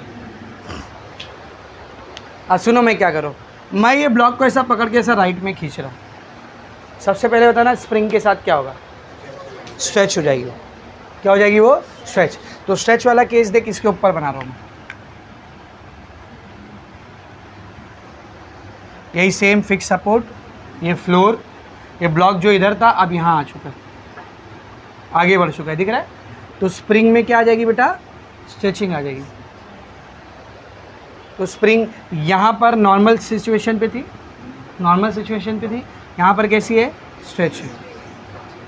यहाँ पर इक्विलिब्रियम में थी, यहाँ पर किस में थी बेटा? इक्विलिब्रियम। यहाँ पर कैसी है? स्ट्रेच है। तो ब्लॉक ऐसा आगे गया। अब नोटिस करोगे तो इस ब्लॉक ने मीन पोजीशन से थोड़ा सा डिस्प्लेसमेंट किया। लेट से ये डिस्प्लेसमेंट को मैं नाम दे देता हूँ x। ये डिस्प्लेसमेंट को नाम क्या दे दिया बेटा मैंने? x नाम दे दिया। कौन से डायरेक्शन में हुआ देखिए डिस्प्लेसमेंट? इस साइड। अब मैं आपसे एक क्वेश्चन कर रहा हूँ, ये स्प्रिंग इस ब्लॉक पर क्या करना चाहती है? आपने उसको खींच के यहाँ लेके आई, स्प्रिंग क्या करना चाहती है? पीछे लेके जाना चाहती है। यानी हम लोग जिस डायरेक्शन में फोर्स अप्लाई करेंगे, स्प्रिंग उस ब्लॉक के ऊपर कौन से डायरेक्शन में फोर्स लगा रही होगी? अपोजिट साइड पर। यही वजह है कि जैसे ये ब्लॉक को मैं छोड़ दूंगा, वही स्प्रिंग का फोर्स इसको खींच के कहाँ लेके जाएगा? पीछे लेके जाएगा। तो स्प्रिंग में आने वाला ये फोर्स जो मोशन के अपोजिट साइड पे ब्लॉक को खींचना चाह रहा है, इस फोर्स को कहते हैं, ध्यान से सुनना, स्प्रिंग में आने वाला ये फोर्स जो ब्लॉक को अपोजिट साइड में खींच के लेके जाना चाहता है, इस फोर्स को हम लोग कहते हैं रीस्टोरिंग फोर्स। क्या कहते हैं बोल? Restoring force. क्यों बोलते हैं सर? असल में ब्लॉक को रीस्टोर करना चाह रहा है। क्यों करना चाह रहा है? क्योंकि जो स्प्रिंग है ना, ये इलास्टिक है। इलास्टिक कैसी है? इलास्टिक। इलास्टिक का डेफिनेशन क्या होता है? 11th स्टैंडर्ड में याद करो। जिस पर फोर्स लगाएंगे तो वो अपना शेप वगैरह चेंज करेगा, लेकिन फोर्स हटाते ही वापस से नॉर्मल होने की कोशिश करेगा।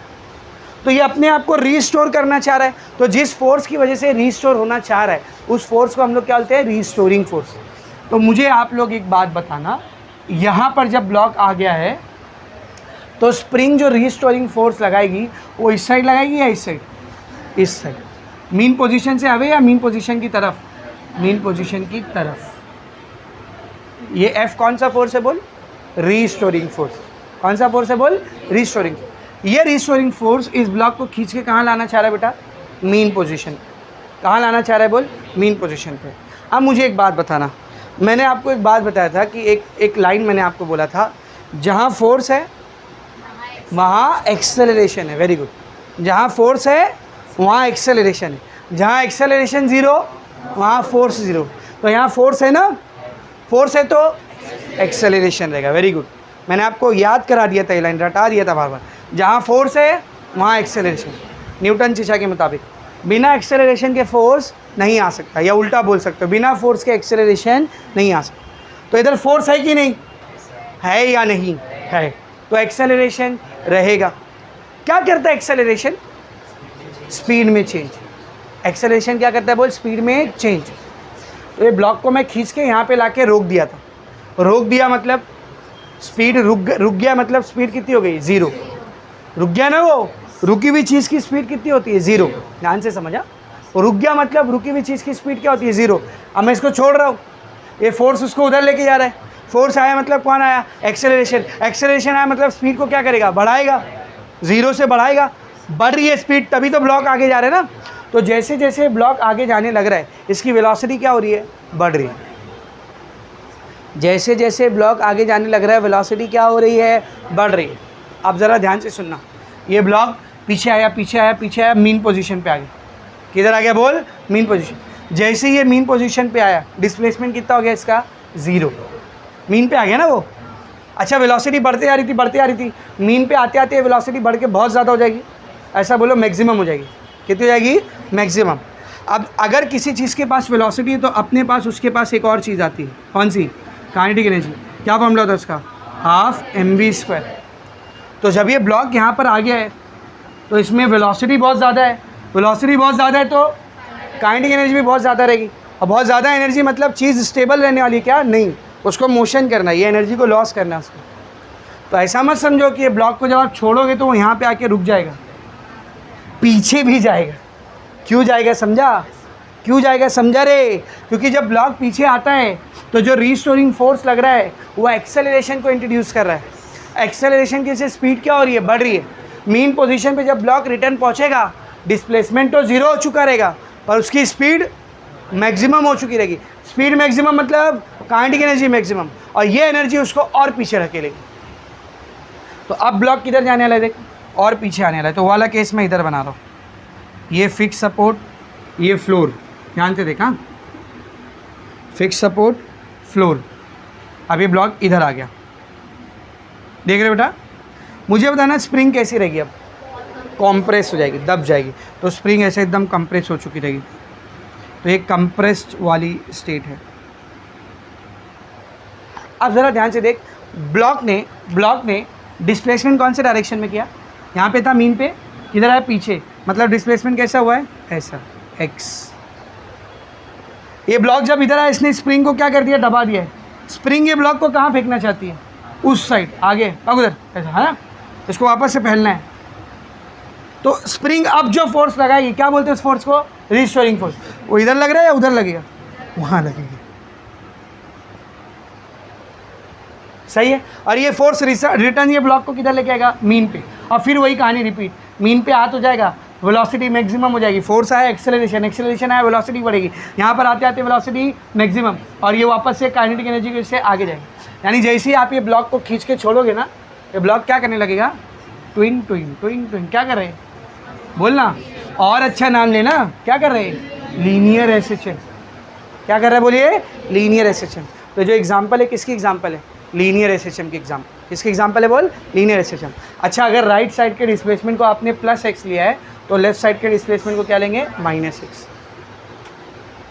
लेफ्ट साइड के डिस्प्लेसमेंट को क्या लेंगे? बोल, माइनस एक्स। समझ में आ रहा अच्छे से? अब मैं आपसे एक सवाल कर रहा हूँ, ज़रा ध्यान से सुनना। समझो इस ब्लॉक को पहले एक इंसान आया, बड़ा काहिल, आलसी एकदम आया, ऐसा थोड़ा सा खींचा और छोड़ दिया। रिस्टोरिंग फोर्स लगेगा कि नहीं?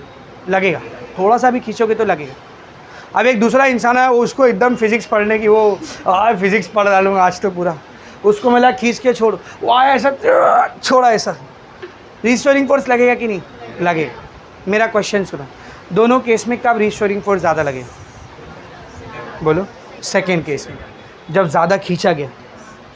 जितना ज़्यादा खींचोगे स्प्रिंग वापस से खींचने के लिए रिस्टोरिंग फोर्स उतना ज़्यादा लगेगा। यानी मैं ऐसा बोल सकता हूँ कि पहले जो बंदे ने थोड़ा सा खींचा था उसने डिस्प्लेसमेंट कम दिया था, डिस्प्लेसमेंट कम दिया तो रिस्टोरिंग फोर्स भी कम लगा। दूसरा बंदा जब ज़्यादा खींचा तो उसने डिस्प्लेसमेंट ज़्यादा दिया, डिस्प्लेसमेंट ज़्यादा तो रिस्टोरिंग फोर्स ज़्यादा। फिर से डिस्प्लेसमेंट कम तो रिस्टोरिंग फोर्स कम, डिस्प्लेसमेंट ज़्यादा तो रिस्टोरिंग फोर्स ज़्यादा। यानी रिस्टोरिंग फोर्स और डिस्प्लेसमेंट डायरेक्टली प्रोपोर्शनल है, डायरेक्टली प्रोपोर्शनल है। डिस्प्लेसमेंट बढ़ा, फोर्स बढ़ेगा, डिस्प्लेसमेंट कम करो, फोर्स कम होगी। सही है। तो देख मैं इधर क्या लिख रहा हूँ, सब लोग ध्यान देंगे। हाँ,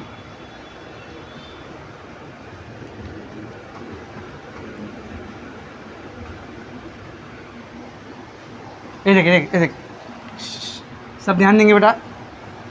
सिंस क्या हो गया इसको? इन्ना लिल्लाहि व इन्ना इलैहि राजिऊन। देखो इधर, सिंस रीस्टोरिंग फोर्स किससे दिखा रहे? रिस्टोरिंग फोर्स को एफ से। in the spring is directly proportional to displacement from the mean position। Block का मीन पोजीशन से कितना डिस्प्लेसमेंट हुआ है उस पर ये रीस्टोरिंग फोर्स कैसा डिपेंड करता है? Directly proportional. दोनों कैसे हैं? Directly proportional. Therefore F is directly proportional to X. पर बात अभी कंप्लीट नहीं हुई है, आधी हुई है, अभी कंप्लीट नहीं हुई है। रीस्टोरिंग फोर्स डिस्प्लेसमेंट से क्या है बेटा? डायरेक्टली प्रोपोर्शनल है। रीस्टोरिंग फोर्स डिस्प्लेसमेंट से क्या है? डायरेक्टली प्रोपोर्शनल है। डिस्प्लेसमेंट जितना ज़्यादा रहेगा फोर्स भी उतना ज़्यादा लगाएगी स्प्रिंग, और डिस्प्लेसमेंट जितना कम रहेगा फोर्स भी स्प्रिंग उतना कम लगाएगी। अब एक चीज़ नोटिस करना, जब डिस्प्लेसमेंट ये साइड हुआ था तो रिस्टोरिंग फोर्स किधर था? अपोजिट। जब डिस्प्लेसमेंट वो साइड हो रहा है तो रिस्टोरिंग फोर्स कैसा हो रहा है? अपोजिट। यानी डिस्प्लेसमेंट ऐसा रहेगा तो रिस्टोरिंग फोर्स ऐसा, डिस्प्लेसमेंट ऐसा रहेगा तो रिस्टोरिंग फोर्स ऐसा, यानी दोनों का डायरेक्शन हमेशा कैसा रहता है? अपोजिट। दोनों का डायरेक्शन हमेशा कैसा होता है? अपोजिट डायरेक्शन दिखाने के लिए यहाँ पे मैं क्या ले रहा हूँ? What does this minus indicate? Minus क्या दिखाता है बोल? डायरेक्शन। दोनों का डायरेक्शन क्या है? अपोजिट। रिस्टोरिंग फोर्स और डिस्प्लेसमेंट का डायरेक्शन क्या है बेटा? अपोजिट। तो मैं यहाँ पर लिखता हूँ negative sign indicates direction of कौन कौन? Restoring force F and displacement X is opposite. सही है? सही है बेटा। यहाँ पर ये नेगेटिव साइन क्या दिखा रही है कि दोनों का डायरेक्शन कैसा है? अपोजिट है। Very much clear. ये लाइन याद रखना, डेफिनेशन इसी से बनेगी। डेफिनेशन में 2 लाइन इंपॉर्टेंट है, पहली ये, दूसरी कौन सी अभी बता रहा हूँ, समझ में रहा है? अच्छा एक चीज़ और नोटिस करो, रिस्टोरिंग फोर्स हमेशा हमेशा हमेशा मीन पोजीशन की तरफ ही जा रहा है। देख यहाँ पे भी किधर जा रहा है? देख हरी वाली लाइन की मीन पोजीशन की तरफ। यहाँ पे भी किधर आ रहा है? देख मीन पोजीशन की तरफ। तो इसको याद रखना, रिस्टोरिंग फोर्स हमेशा किधर जाता है? मीन पोजीशन की तरफ। तो ये तो गई फोर्स की बात। लेकिन सर थोड़ी देर पहले अभी आप एक लाइन बता रहे थे, जहाँ फोर्स है वहाँ एक्सेलरेशन। तो अगर इस डायरेक्शन में फोर्स लग रहा है तो इस डायरेक्शन में एक्सेलरेशन भी लगेगा। अगर इस डायरेक्शन में फोर्स लग रहा है तो इस डायरेक्शन में एक्सेलरेशन भी लगेगा। फोर्स को हमने क्या नाम दिया? Restoring force. तो जो एक्सेलरेशन आएगा रिस्टोरिंग एक्सेलरेशन। अब वो एक्सेलरेशन को लेके आते हैं यहाँ पे। Now let us introduce that acceleration. तो न्यूटन चीचा जिंदाबाद। जहाँ भी फोर्स आ गया न्यूटन चीचा जिंदाबाद। न्यूटन का सेकेंड लॉ याद कर, अकॉर्डिंग टू न्यूटन्स सेकेंड, या एक minute I am sorry, acceleration अभी नहीं लाते हैं, पहले इसको हटाते हैं, प्रोपोर्शनैलिटी की साइन को हटाते हैं। I am sorry. हाँ, जब भी प्रोपोर्शनैलिटी की साइन हटती है तो क्या होता है? कांस्टेंट आता है। ये f ऐसी रहेगा, ये -x भी ऐसी रहेगा। प्रोपोर्शनैलिटी की साइन हटा के अगर मैंने इक्वल टू लाया तो और क्या आएगा पिक्चर में? कांस्टेंट। तो यहाँ पर एक कांस्टेंट आता है जिसको k से दिखाते। किससे दिखाते बोल? k से। कौन है सर ये k? ये k जो है ये है कांस्टेंट ऑफ प्रोपोर्शनैलिटी। क्या है बोल? Constant of proportionality. इसका एक नाम भी रखा है हमने, इसका एक नाम भी रखा है हमने, इसको बोलते हैं स्प्रिंग कांस्टेंट। क्या बोलते बोल? मतलब ये हर स्प्रिंग के लिए ना फिक्स होता है। ये स्प्रिंग के लिए इसकी वैल्यू फिक्स रहेगी। स्प्रिंग कांस्टेंट, या इसको ना फोर्स कांस्टेंट भी बोलते हैं। और क्या बोलते बोल इसको? Force constant. ये जितना ज़्यादा रहेगा ना रिस्टोरिंग फोर्स उतना ज़्यादा लगेगा। मतलब स्प्रिंग में इलास्टिसिटी उतनी ज़्यादा है। अगर मैं आपसे बोलूँ कि स्प्रिंग कांस्टेंट का फॉर्मूला निकालो, क्या रहेगा बोल? स्प्रिंग कांस्टेंट या फिर फोर्स कांस्टेंट, दोनों नाम यूज हो सकता है। फॉर्मूला निकालो, के का फॉर्मूला क्या आएगा बोल? ये x इधर मल्टीप्लाई कर रहा है, वहाँ जाएगा तो क्या फॉर्मूला है? f/x। अल्लाह सर चीटिंग मैथ्स नहीं आती आपको, 12वीं पढ़ा रहे, शर्म नहीं आती? माइनस हटा दिए सर, माइनस भी तो था उधर। अरे ये माइनस काय को था? डायरेक्शन दिखाने के लिए। डायरेक्शन किसकी थी? फोर्स और डिस्प्लेसमेंट की। यहाँ फॉर्मूला किसका निकाल रहे हो? फोर्स कांस्टेंट का। उसका कोई डायरेक्शन दिखाने की जरूरत है क्या? तो चुपचाप माइनस हटा दो, खाली मैग्नीट्यूड लेंगे। क्या लेंगे बोल? मैग्नीट्यूड। माइनस हटा देंगे। तो स्प्रिंग कांस्टेंट का फॉर्मूला क्या है बोल? जल्दी बोल। F/x, restoring force per unit displacement. तो ये डेफिनेशन आ गई। डेफिनेशन क्या आ गई? देख डेफिनेशन क्या आ गई? It is defined as ratio of restoring force in the spring, restoring force in the spring to, किससे निकाल ले रेशियो? नीचे कौन है? Displacement. Displacement from, displacement x from mean position. ये क्या आ गई बेटा इसकी डेफिनेशन? तो ये फोर्स कांस्टेंट का फॉर्मूला, ये फोर्स कांस्टेंट की डेफिनेशन, और ये जो फॉर्मूला है ये रिस्टोरिंग फोर्स का फॉर्मूला है। ये किसका फॉर्मूला है बोल? रिस्टोरिंग फोर्स का। एक इसका फॉर्मूला है बोल? Force constant. ये फोर्स कांस्टेंट की डेफिनेशन। यूनिट बताओ इसकी क्या रहेगी? जल्दी बताओ। इसके फॉर्मूले में ऊपर कौन है, फोर्स, फोर्स का यूनिट न्यूटन, नीचे कौन है, डिस्प्लेसमेंट, डिस्प्लेसमेंट का यूनिट मीटर। तो यूनिट क्या है बेटा, न्यूटन पर मीटर। समझा रे, समझा अच्छे से। हाँ अब लेके आते हैं एक्सेलरेशन को। एक काम करते हैं, यूनिट निकाले तो डायमेंशन भी निकाल लेते हैं। कभी कभी एमसीक्यू में डायमेंशन पूछ लेता है यूनिट की जगह। सब लोग ध्यान से देखो, यूनिट निकाले ना तो आओ थोड़ी सी मेहनत और करें और डायमेंशन भी निकाल ले। चलिए ध्यान दे दे। तो यूनिट से ही आती है बेटा डायमेंशन। डायमेंशन किससे आती है, यूनिट से ही आती है। बस खाली जो यूनिट है वो एसआई फंडामेंटल यूनिट होना चाहिए। फंडामेंटल यूनिट मतलब केजी, मीटर, सेकेंड, ये सब होना चाहिए। ये मीटर है, ये केजी मीटर में है क्या, नहीं, इसको लेके आओ। न्यूटन किसका यूनिट होता है, फोर्स का। फोर्स का फॉर्मूला मास इंटू एक्सेलरेशन, यही तो है ना न्यूटन का second law. Force is equals to mass into acceleration. Mass का unit kg, acceleration metre per second square. मतलब न्यूटन की जगह मैं क्या लिख सकता हूँ, kg metre per second square. तो यहाँ ध्यान से देख, यूनिट क्या है बेटा इसकी, न्यूटन पर मीटर। न्यूटन की जगह क्या आएगा देख, बोल, KG metre per second square. Upon में कौन है, मीटर। ये मीटर के अपॉन में कुछ है क्या, कुछ नहीं, मतलब 1 है। ये मीटर बाय 1 ऊपर जाएगा तो बोल जल्दी, मीटर बाय 1 ऊपर जाएगा तो 1 बाय मीटर, उल्टा हो जाएगा ना। मीटर मीटर क्या बच गया, बस ये दे देगा आपको डायमेंशन। तो देख फोर्स कांस्टेंट की डायमेंशन क्या आ रही है, सबसे पहले लिखने का MLT। एम किसके लिए आता है, मास के लिए, केजी के लिए। केजी है कितना पावर उसका, 1, ऊपर है ना +1, तो M1।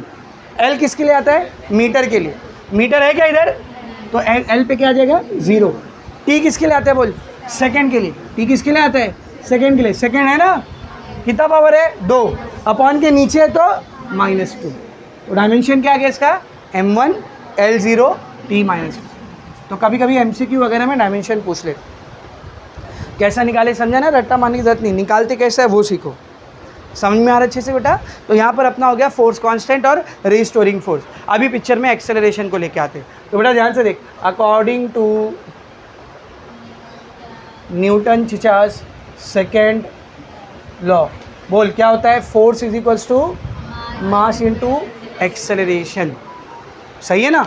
और अब भी हमने फोर्स का एक फॉर्मूला और निकाले थे, क्या था देख, restoring force is equals to, बोलना, -K इंटू एक्स, है ना, ये निकाले ना। तो मैं क्या करता हूँ, इस F पे, इस F की जगह पर न्यूटन वाले फोर्स का फॉर्मूला रखता हूँ। क्या होता है, मास इंटू एक्सेलरेशन। तो F की जगह क्या आ जाएगा बोल, mass into acceleration is equals to -kx। Acceleration को अकेला कर, ये मास इधर क्या कर रहा है, मल्टीप्लाई, वहाँ जाएगा तो क्या करेगा, डिवाइड, -kx/m। सही है। ध्यान से देख, मैं थोड़ा सा रीअरेंज कर रहा हूँ इसको। ए को ऐसे रहने दे, इक्वल टू ऐसे ही, माइनस ऐसे ही, एक्स ऐसे ही।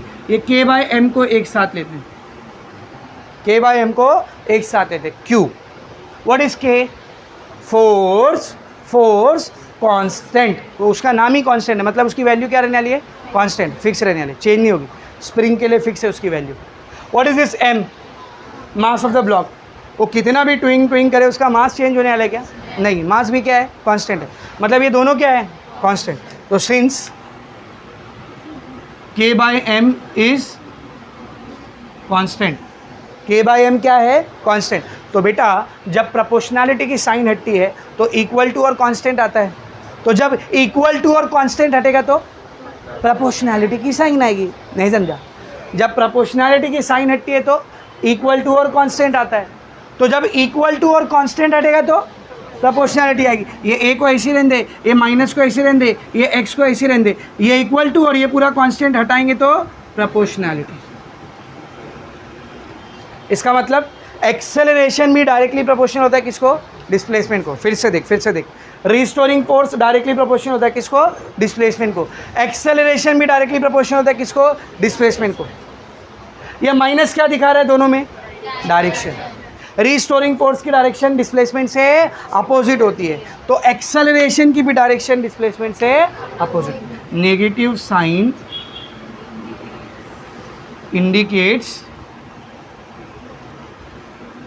डायरेक्शन ऑफ एक्सेलरेशन, या फिर आप रीस्टोरिंग एक्सेलरेशन भी लिख सकते हो, and displacement is opposite.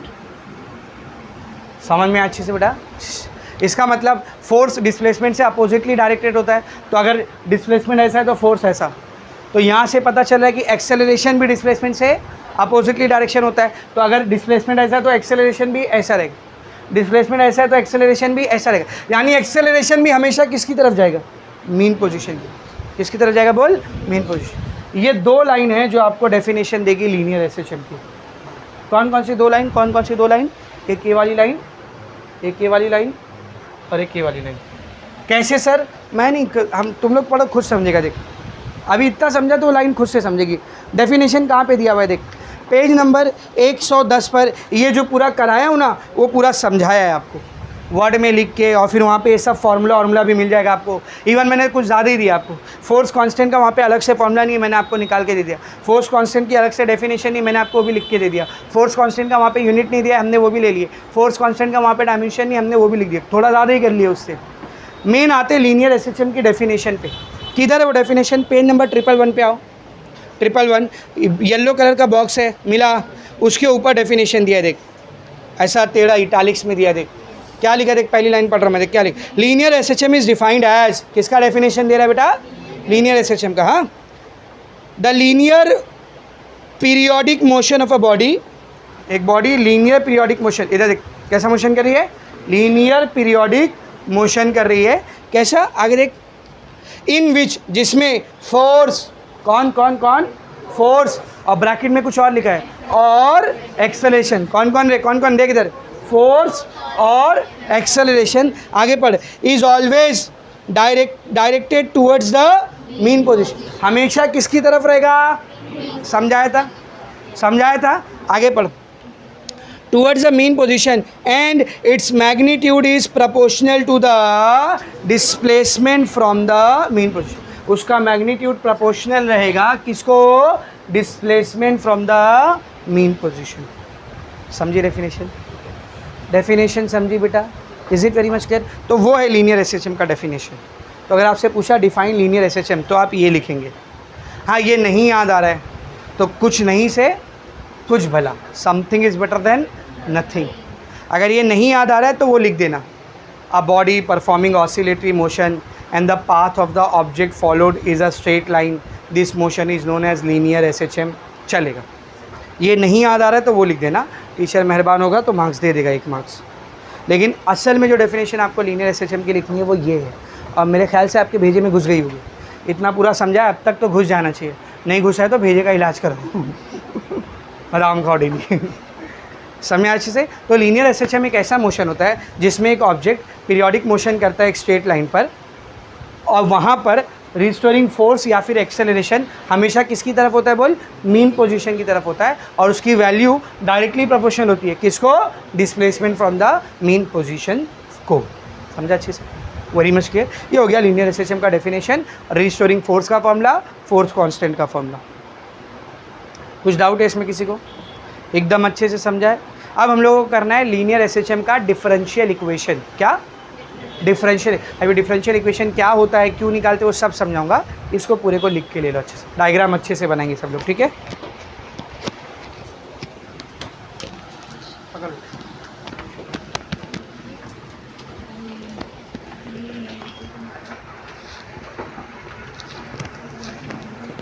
First of all ये भी क्या है? एक इक्वेशन है।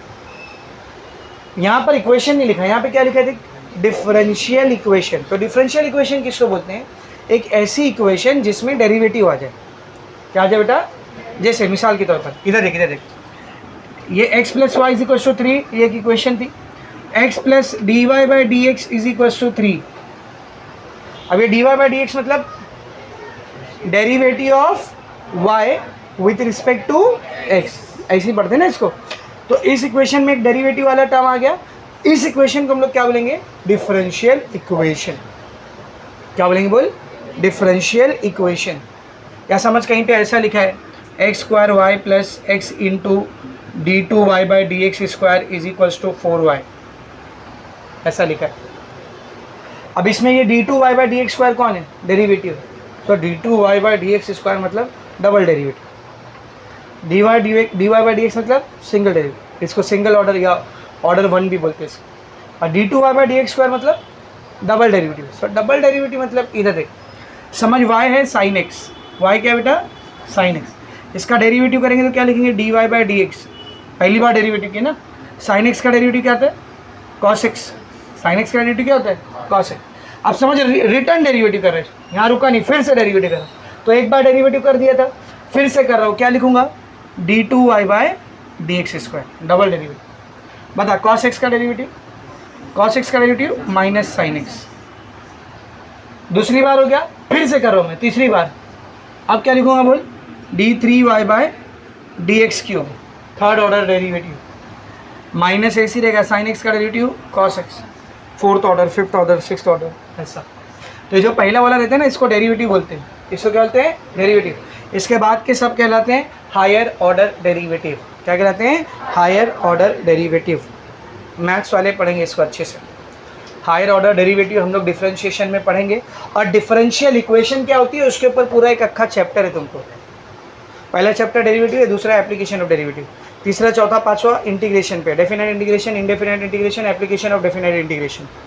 और फिर छठा चैप्टर है तुम्हारा differential equation. Differential equation, differential equation क्या होती है, उसको कैसे सॉल्व किया जाता है, कितने तरीके होते हैं उसको सॉल्व करने के, कौन कौन से फॉर्मेट की डिफरेंशियल इक्वेशन आती है, उसका एप्लीकेशन क्या है, सब हम लोग वहाँ पर मैथ्स में देखें। तो मैथ्स वाले तो डिफरेंशियल इक्वेशन को एकदम डिटेल में पढ़ने वाले। अभी फ़िलहाल यहाँ पर आया है तो मैं आपको ऊपर ऊपर से पढ़ाऊँगा, ज़्यादा डिटेल में नहीं जाएंगे, समझ में आ रहा है। बाकी डिफरेंशियल इक्वेशन बोलते हैं किसको समझाना, एक ऐसी इक्वेशन जिसमें डेरिवेटिव वाला टर्म आ जाए, डेरिवेटिव वाला टर्म आ जाए। अब सर एसएचएम में मैं डेरिवेटिव कहाँ से लेके आऊँगा, एकदम सिंपल है, मैं आपको कई बार बता चुका, आज फिर बता रहा हूँ। अगर मेरे को डिस्प्लेसमेंट दिया हुआ है, क्या दिया बेटा डिस्प्लेसमेंट दिया है, और एक्स मतलब क्या बोले डिस्प्लेसमेंट है ना, इसका मैं डेरिवेटिव ले रहा हूँ। क्या ले रहा हूँ बेटा derivative with respect to time, T बोले तो टाइम। तो जब डिस्प्लेसमेंट का डेरिवेटिव लेते हैं विथ रिस्पेक्ट टू टाइम तो हमको हमेशा वेलोसिटी मिलती है, हमेशा, कई बार बताया मैंने आपको। जब हम लोग डिस्प्लेसमेंट का डेरिवेटिव लेते हैं विथ रिस्पेक्ट टू टाइम क्या मिलता है वेलोसिटी। और जब हम लोग वेलोसिटी का डेरिवेटिव लेते हैं with respect to time, velocity का डेरिवेटिव लेते हैं विथ रिस्पेक्ट टू टाइम, तब हमको एक्सेलरेशन मिलता है। क्या मिलता है बोल एक्सेलरेशन। तो डिस्प्लेसमेंट के डेरिवेटिव से क्या आता है वेलोसिटी, और वेलोसिटी के डेरिवेटिव से क्या आता है एक्सेलरेशन। अच्छा देख मैं ऐसा भी बोल सकता हूँ, ज़रा ध्यान से सुनना, डिस्प्लेसमेंट को एक बार डेरिवेटिव करेंगे तो वेलोसिटी आएगी, दो बार कर देंगे तो एक्सेलरेशन आएगी। बोल सकते हो, अभी समझे ना, बोल सकता हूँ डिस्प्लेसमेंट को एक बार डेरिवेटिव करेंगे तो वेलोसिटी आएगी, दो बार कर देंगे तो एक्सेलरेशन। यानी कि डिस्प्लेसमेंट का फर्स्ट ऑर्डर डेरिवेटिव वेलोसिटी होता है, सेकेंड ऑर्डर डेरिवेटिव एक्सेलरेशन होता है। तो आप समझा डेरिवेटिव कहाँ से लेके आ रहे, डिस्प्लेसमेंट वेलोसिटी एक्सेलरेशन यहाँ से लेके आ रहे हम लोग यहाँ पर डेरिवेटिव। अच्छा इसका उल्टा भी याद रखो तो ज़्यादा अच्छा रहेगा, इसका उल्टा भी याद रखो।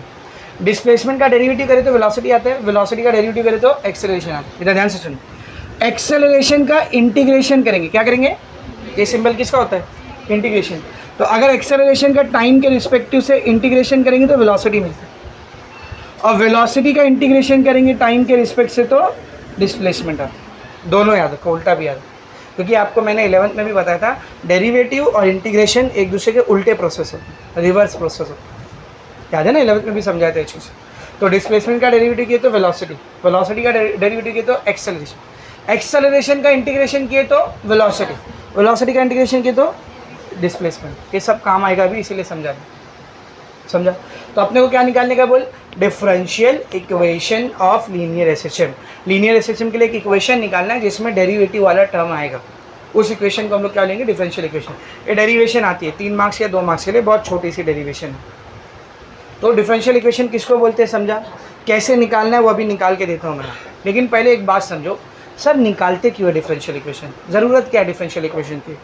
अगर आपको ऑसिलेशन की डिफरेंशियल इक्वेशन पता है ना बेटा, ऑसिलेशन की डिफरेंशियल इक्वेशन पता है ना, तो आप उसको सॉल्व करके, उस डिफरेंशियल इक्वेशन को सॉल्व करके वेलोसिटी, डिस्प्लेसमेंट और एक्सेलरेशन तीनों का फॉर्मूला निकाल सकते हो। किसका फॉर्मूला निकाल सकते हो, वेलोसिटी, डिस्प्लेसमेंट और एक्सेलरेशन। यानी डिफरेंशियल इक्वेशन की मदद से डिस्प्लेसमेंट का फॉर्मूला भी निकाला जा सकता है, डिफरेंशियल इक्वेशन की मदद से वेलोसिटी का फॉर्मूला भी निकाला जा सकता है, डिफरेंशियल इक्वेशन की मदद से एक्सेलरेशन का फॉर्मूला भी निकाला जा सकता है। तो पहला डेरिवेशन मैं आपको क्या करा रहा हूँ, differential equation.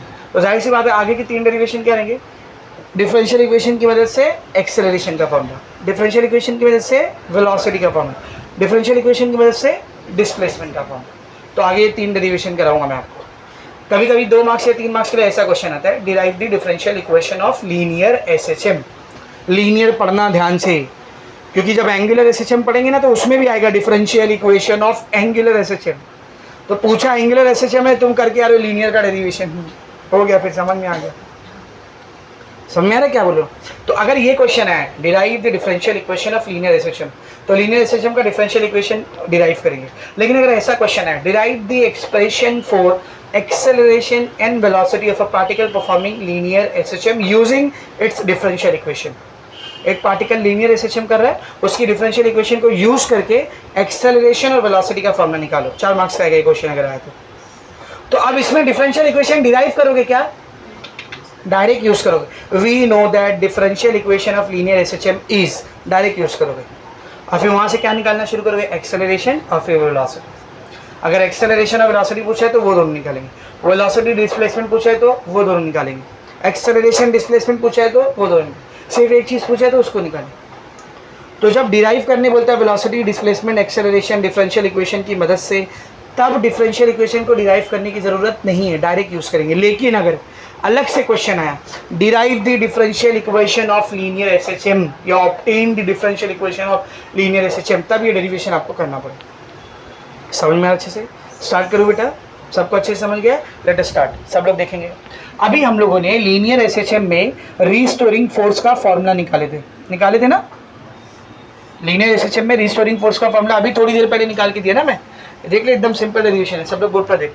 Since restoring force is given by, what is the formula of restoring force, F is equals to minus K X. अब भी डिराइव किया ना बेटा, ये के क्या है यहाँ पर, force constant, F spring constant, x कौन है, डिस्प्लेसमेंट, एफ क्या है, रीस्टोरिंग फोर्स। माइनस क्यों लगा है, क्योंकि दोनों का डायरेक्शन क्या होता है, opposite. Now according to Newton's second law of motion, Newton के सेकेंड लॉ ऑफ मोशन के मुताबिक फोर्स का फॉर्मूला क्या होता है बोल, मास इंटू एक्सेलरेशन। इसको उठा के इसमें रख दे, F की जगह पर क्या आ जाएगा, mass into acceleration is equals to minus K X. Correct है। अभी तक डेरिवेटिव आएगा इसमें, अब लेके आते, इधर ध्यान से देख। Differentiating displacement with respect to time, ये DIFF मतलब डिफरेंशिएट, डेरिवेटिव ले रहे किसका, डिस्प्लेसमेंट का, विथ रिस्पेक्ट टू टाइम। क्या आएगा देख, dx/dt, अभी समझाया था। जब कभी भी हम लोग डिस्प्लेसमेंट का टाइम के साथ डेरिवेटिव लेते क्या मिलता है अपने को, वेलोसिटी। क्या मिलता है बोल, वेलोसिटी। सही है। And differentiating velocity with respect to time, अगर वेलोसिटी को टाइम के साथ डिफरेंशिएट करो क्या मिलेगा देख, एक्सेलरेशन मिलेगा। सही है, सही है बेटा। तो एक्सेलरेशन को मैं लिख सकता हूं dv/dt। बेटा ये d/dt को ऐसे ही रहने दे। वेलोसिटी को क्या लिख सकता हूं देख, अब भी निकाला ऊपर, वेलोसिटी की जगह क्या लिख सकता हूं मैं, dx/dt। तो देखिए d/dt ऐसे ही रखा, v की जगह पर क्या लिख दिया, dx/dt। ये है ना अपने पास। इसका मतलब डिस्प्लेसमेंट का पहला डेरिवेटिव किए और फिर दूसरा डेरिवेटिव, यानी कितनी बार डेरिवेटिव रहे थे, 2। तो इसको सीधा सीधा मैं ऐसा लिख सकता हूँ ना, a is equals to displacement का 2 बार डेरिवेटिव, ऐसा लिखते हैं इसको, d2x/dt²। d2x/dt² मतलब डिस्प्लेसमेंट का 2 बार डेरिवेटिव। तो पहले ही समझाया मैंने आपको, डिस्प्लेसमेंट का डबल डेरिवेटिव करोगे तो क्या आएगा, एक्सेलरेशन। तो दिस इज वेरी इंपॉर्टेंट ना, this is very important. Displacement का डबल डेरिवेटिव करने पर क्या आता है, एक्सेलरेशन। इसको बोलते हैं equation number 1। Put in equation number 1, देख क्या बन जाएगी इक्वेशन नंबर 1। ये m ऐसे रहेगा, a की जगह पर क्या आ जाएगा, d2x/dt², डिस्प्लेसमेंट का डबल डेरिवेटिव या सेकेंड ऑर्डर डेरिवेटिव। सही है। उस साइड कौन है बेटा, -kx। अब आया पिक्चर में डेरिवेटिव, कौन सी इक्वेशन बन रही है ये, डिफरेंशियल इक्वेशन। सर आगे डिफरेंशियल इक्वेशन खत्म, नहीं रुको जरा सब, ये नहीं, इसको थोड़ा सा और चेंज करेंगे हम लोग। तो उस साइड माइनस के एक्स है ना, इस साइड लेके आऊँगा तो प्लस के एक्स, क्या हो जाता है, M D two X by D T square plus K X is equals to 0। अभी देखो D two X by D x square, उसके साथ m क्या कर रहा है बेटा, मल्टीप्लाई कर रहा है। मुझे इस m को हटाना है, तो मैं पूरी इक्वेशन को क्या कर रहा हूँ, m से डिवाइड कर दे रहा हूँ, डिवाइडिंग बाय m, पूरी इक्वेशन को मास से डिवाइड कर रहा हूँ। इक्वेशन पहले से क्या है देख, m D two X by D T square plus K X is equal to 0, पूरी इक्वेशन को m से डिवाइड कर दो, m क्या हो जाएगा, बोल जल्दी बोल, m से m कैंसिल, क्या बच गया इधर, D two X by D T square plus K X by M, इसको ऐसा लिख सकता हूँ मैं, k by M into X, चलेगा, k बाई एम को एक साथ लिख दिया, x को अलग लिख दिया, ठीक है, is equals to 0 by M 0। अब जरा ध्यान से देखना, since omega, what is omega, angular frequency, starting में पढ़ाया था, तो उसका एक फॉर्मूला ये है अपने पास, ओमेगा इज इक्वल्स टू 2 पाई, लेकिन ऑसिलेशन में ओमेगा का एक और फॉर्मूला होता है, ऑसिलेशन या वाइब्रेशन में ओमेगा का एक और फॉर्मूला होता है, और इस फॉर्मूले का डेरिवेशन करने की आपको कोई ज़रूरत नहीं, आपको डायरेक्ट याद रखना है। इसका डेरिवेशन इंजीनियरिंग वगैरह में हम लोग करते हैं, इसका डेरिवेशन करने की कोई ज़रूरत नहीं, इसको आपको डायरेक्ट याद रखना है। क्या फॉर्मूला इधर ध्यान से देख, एंगुलर फ्रीक्वेंसी बराबर होती है square root of force constant upon mass, ये एंगुलर फ्रीक्वेंसी का एक फॉर्मूला है। No need to do derivation for this formula, समझ में आ रहा अच्छे से, इसको भी साइड में लिख दी तो एक नया फॉर्मूला मिल गया ना अपने को। क्या फॉर्मूला मिला देख, एंगुलर फ्रीक्वेंसी का फॉर्मूला अंडर रूट के बाय एम। अब बेटा जरा ध्यान से देखना, अगर मैं ये के बाय एम को ऐसे ही रखूं और ये जो रूट दिख रहा है रूट, इसको यहाँ भेज दूँ तो रूट इधर आके क्या हो जाएगा, स्क्वायर, मतलब कि मैं के बाय एम की जगह पे क्या रख सकता हूँ, ओमेगा स्क्वायर। आप देखिए इक्वेशन क्या बन जाएगी, D two X by D T square plus K by M की जगह पर क्या आ जाएगा बेटा, omega square into X is equals to 0। This is the differential equation of linear SHM. समझ में आ रहा है, this is differential equation of linear SHM. समझा अच्छे से। तो अगर आपको ये क्वेश्चन आया, derive the differential equation of linear SHM, तो आपको ये इतनी डेरिवेशन करनी, कितनी आसान है, एकदम सिंपल, 2 से 3 मार्क्स के लिए आती है, ज़्यादा मार्क्स के लिए नहीं, सिंपल सा डेरिवेशन एकदम, समझा। लेकिन अगर आपको ये बोला कि डिफरेंशियल इक्वेशन का इस्तेमाल करके एक्सेलरेशन निकालो या वेलोसिटी निकालो या डिस्प्लेसमेंट निकालो, तो डायरेक्ट कहाँ से चालू करेंगे, यहाँ से। We know that differential equation of linear SHM is d2x by dt square plus omega square into x is equals to 0। सीधा यहाँ से चालू करें। फिर कैसे आएगा, इसकी मदद से एक्सेलरेशन कैसे निकालेंगे, फिर इसकी मदद से वेलोसिटी कैसे निकालेंगे, इसकी मदद से डिस्प्लेसमेंट कैसे निकालेंगे, वो तीनों डेरिवेशन अगला अपना काम है। समझ में आ रहा अच्छे से, वेरी मच क्लियर। बाकी ये डेरिवेशन समझ में आ गई बेटे सबको, इसमें किसी को कुछ डाउट है क्या, नहीं ना। तो अभी तक हमने जितना पढ़ा है उसके ऊपर अपने को एक छोटा सा न्यूमेरिकल दिया हुआ है, उसको करते हैं। पेज नंबर 112 112, वहाँ पे क्वेश्चन है एग्जाम्पल नंबर 5.1 मेरा बेटा, देखेंगे सब लोग क्या दिया हुआ है। A body of mass 0.2 kg, एक बॉडी है उसका मास दिया हुआ है। मास मतलब, मास को कैसे दिखाते हैं, एम ना, एम दिया हुआ है, कितना दिया हुआ है 0.2 kg। आगे पढ़ो। परफॉर्म्स लीनियर एसएचएम, कौन सा मोशन करिए वो, लीनियर एसएचएम परफॉर्म करिए, ठीक है ना। It experiences a restoring force of 0.2 Newton. Restoring force मतलब एफ दिया, एफ कितना दिया बेटा 0.2 न्यूटन। आगे देखो, when it's displacement from the mean position is 4 centimetre. Mean position से उसका डिस्प्लेसमेंट दिया, मतलब एक्स, एक्स किसको बोलते हैं, मीन पोजीशन से डिस्प्लेसमेंट ना, तो एक्स कितना दिया हुआ अपने को बोल 4 सेंटीमीटर। आगे देखो, डिटरमाइन, क्या क्या निकालना है, नंबर 1 फोर्स कांस्टेंट। सबसे पहले क्या निकालना है, फोर्स कांस्टेंट मतलब के ना, स्प्रिंग कांस्टेंट फोर्स कांस्टेंट एक ही बात है, के। दूसरा क्या है देख, पीरियड ऑफ एसएचएम, पीरियड मतलब टाइम पीरियड, पीरियड मतलब क्या है, टाइम पीरियड। सेकंड निकालना है टाइम पीरियड। आगे बढ़ो, third acceleration of the body when its displacement from the mean position is 1 centimetre. तीसरे नंबर पे हमको निकालना है एक्सेलरेशन कब, एट जब उसका डिस्प्लेसमेंट कितना हो 1 सेंटीमीटर। डिस्प्लेसमेंट मतलब कौन, x। तो जब x का वैल्यू 1 सेंटीमीटर हो उस वक्त का एक्सेलरेशन निकालना है। ये इतना डेटा अपने को निकालना है। कुछ भी करने से पहले यूनिट देखो, केजी ऐसा यूनिट है, न्यूटन ऐसा यूनिट, सेंटीमीटर ऐसा यूनिट नहीं है, सेंटीमीटर ऐसा यूनिट नहीं होती। कौन होता है, मीटर। मैं आपको उस दिन बताया था, सेंटी हटता है तो 10⁻²। क्या हो जाएगा देखिए, 4 ऐसे रहेगा, सेंटी को हटाएंगे उसके जगह पर क्या आएगा 10⁻² मीटर। सेम इधर भी 1 ऐसे रहेगा, सेंटी हटेगा 10⁻²। चलो 1 बाय 1 करते हैं। पहले क्या निकालना है बेटा अपने को, के। अभी के का फॉर्मूला निकाल के दिया था ना इससे पहले। What is the formula of के, टेल मी। एफ बाय, देखो ना, एफ बाय एक्स। के का फॉर्मूला निकाल के दिया ना बेटा आपको अभी इससे पहले जो डेरिवेशन किए थे। तो एफ का वैल्यू कितना दिया हुआ मेरे को देख, 0.2। और डिस्प्लेसमेंट कितना दिया बेटा, 4 × 10⁻²। नहीं सर 1 दिया है। अरे नहीं रे, ये 1 तब यूज करना है जब एक्सेलरेशन निकालना है, बाकी सब टाइम के लिए एक्स कितना लेना है बोल, 4 ले। तो 4 × 10⁻²। ये 10⁻² ऊपर जाएगा तो 10⁻²। तो ये बन जाएगा 0.2 × 10⁻² डिवाइड बाई 4। बेटा 10⁻² का मतलब पॉइंट को 2 नंबर आगे लेंगे। तो पॉइंट को 1 नंबर आगे लिया तो 2 बन गया, 2 नंबर आगे लिया तो 20 बन जाएगा। तो क्या हो जाएगा देखिए, 20 डिवाइड बाय 4, 4 1 4, 4 5 20। और इज द वैल्यू ऑफ के, 5। के का वैल्यू कितना आ गया बेटा, 5। के का यूनिट क्या होता है, न्यूटन पर मीटर, सॉरी न्यूटन पर मीटर।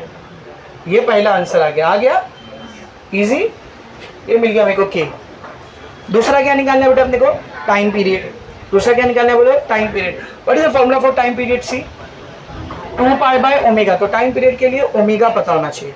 ओमेगा मालूम है क्या, ओमेगा मालूम है क्या, तो पहले ओमेगा निकाल लेते हैं।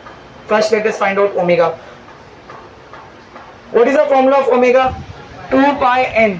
n मालूम है क्या, नहीं सर n मालूम रहता तो क्या ही अच्छी बात रहती, n की मदद से t निकाल लेते, n नहीं मालूम है। तो क्या ओमेगा का ये अकेला फॉर्मूला है क्या, एक और फॉर्मूला दिया ना k/m, और दोनों पता है, ये m और ये अभी निकाल लिए k। तो ये फॉर्मूला यूज कर सकता हूँ। तो ओमेगा का एक और फॉर्मूला क्या है बेटा बोलो, ओमेगा का एक और फॉर्मूला क्या है, k/m।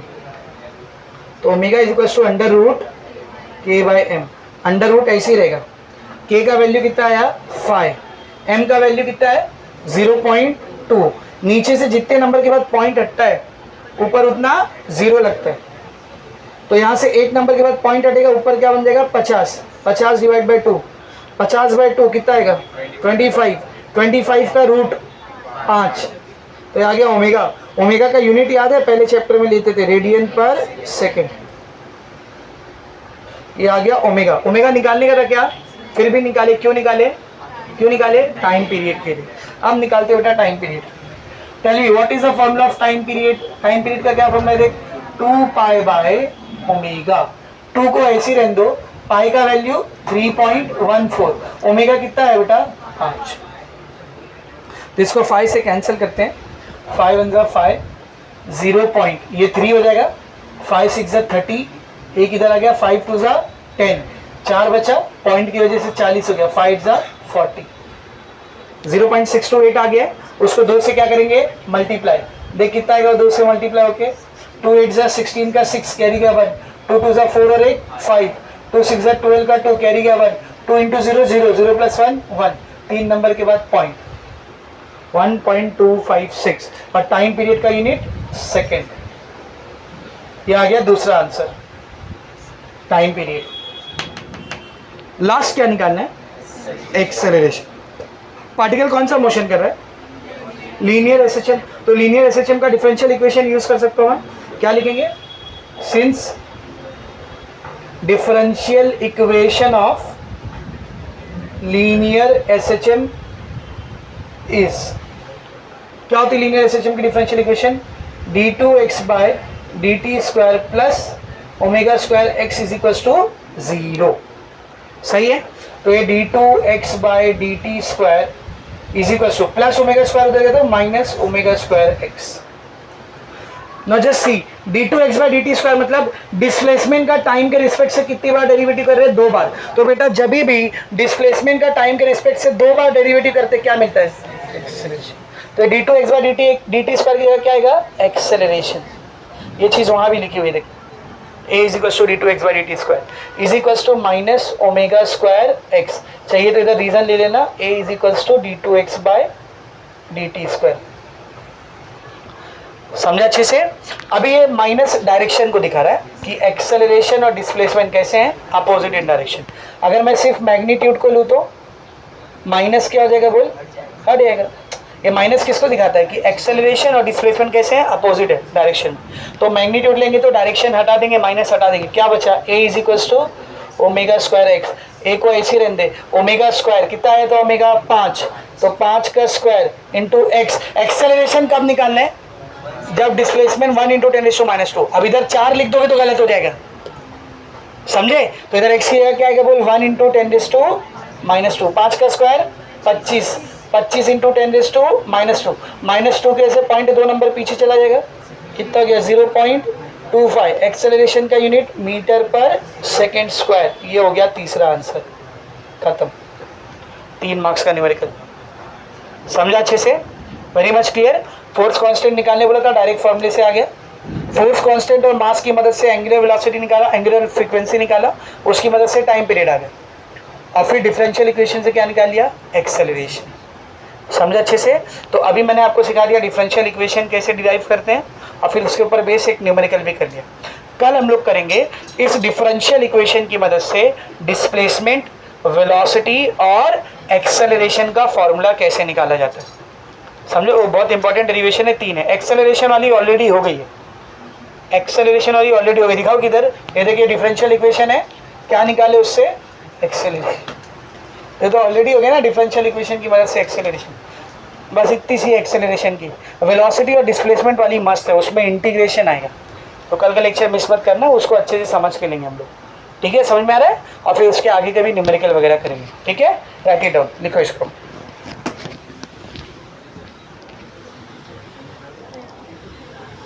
ये लो भाई।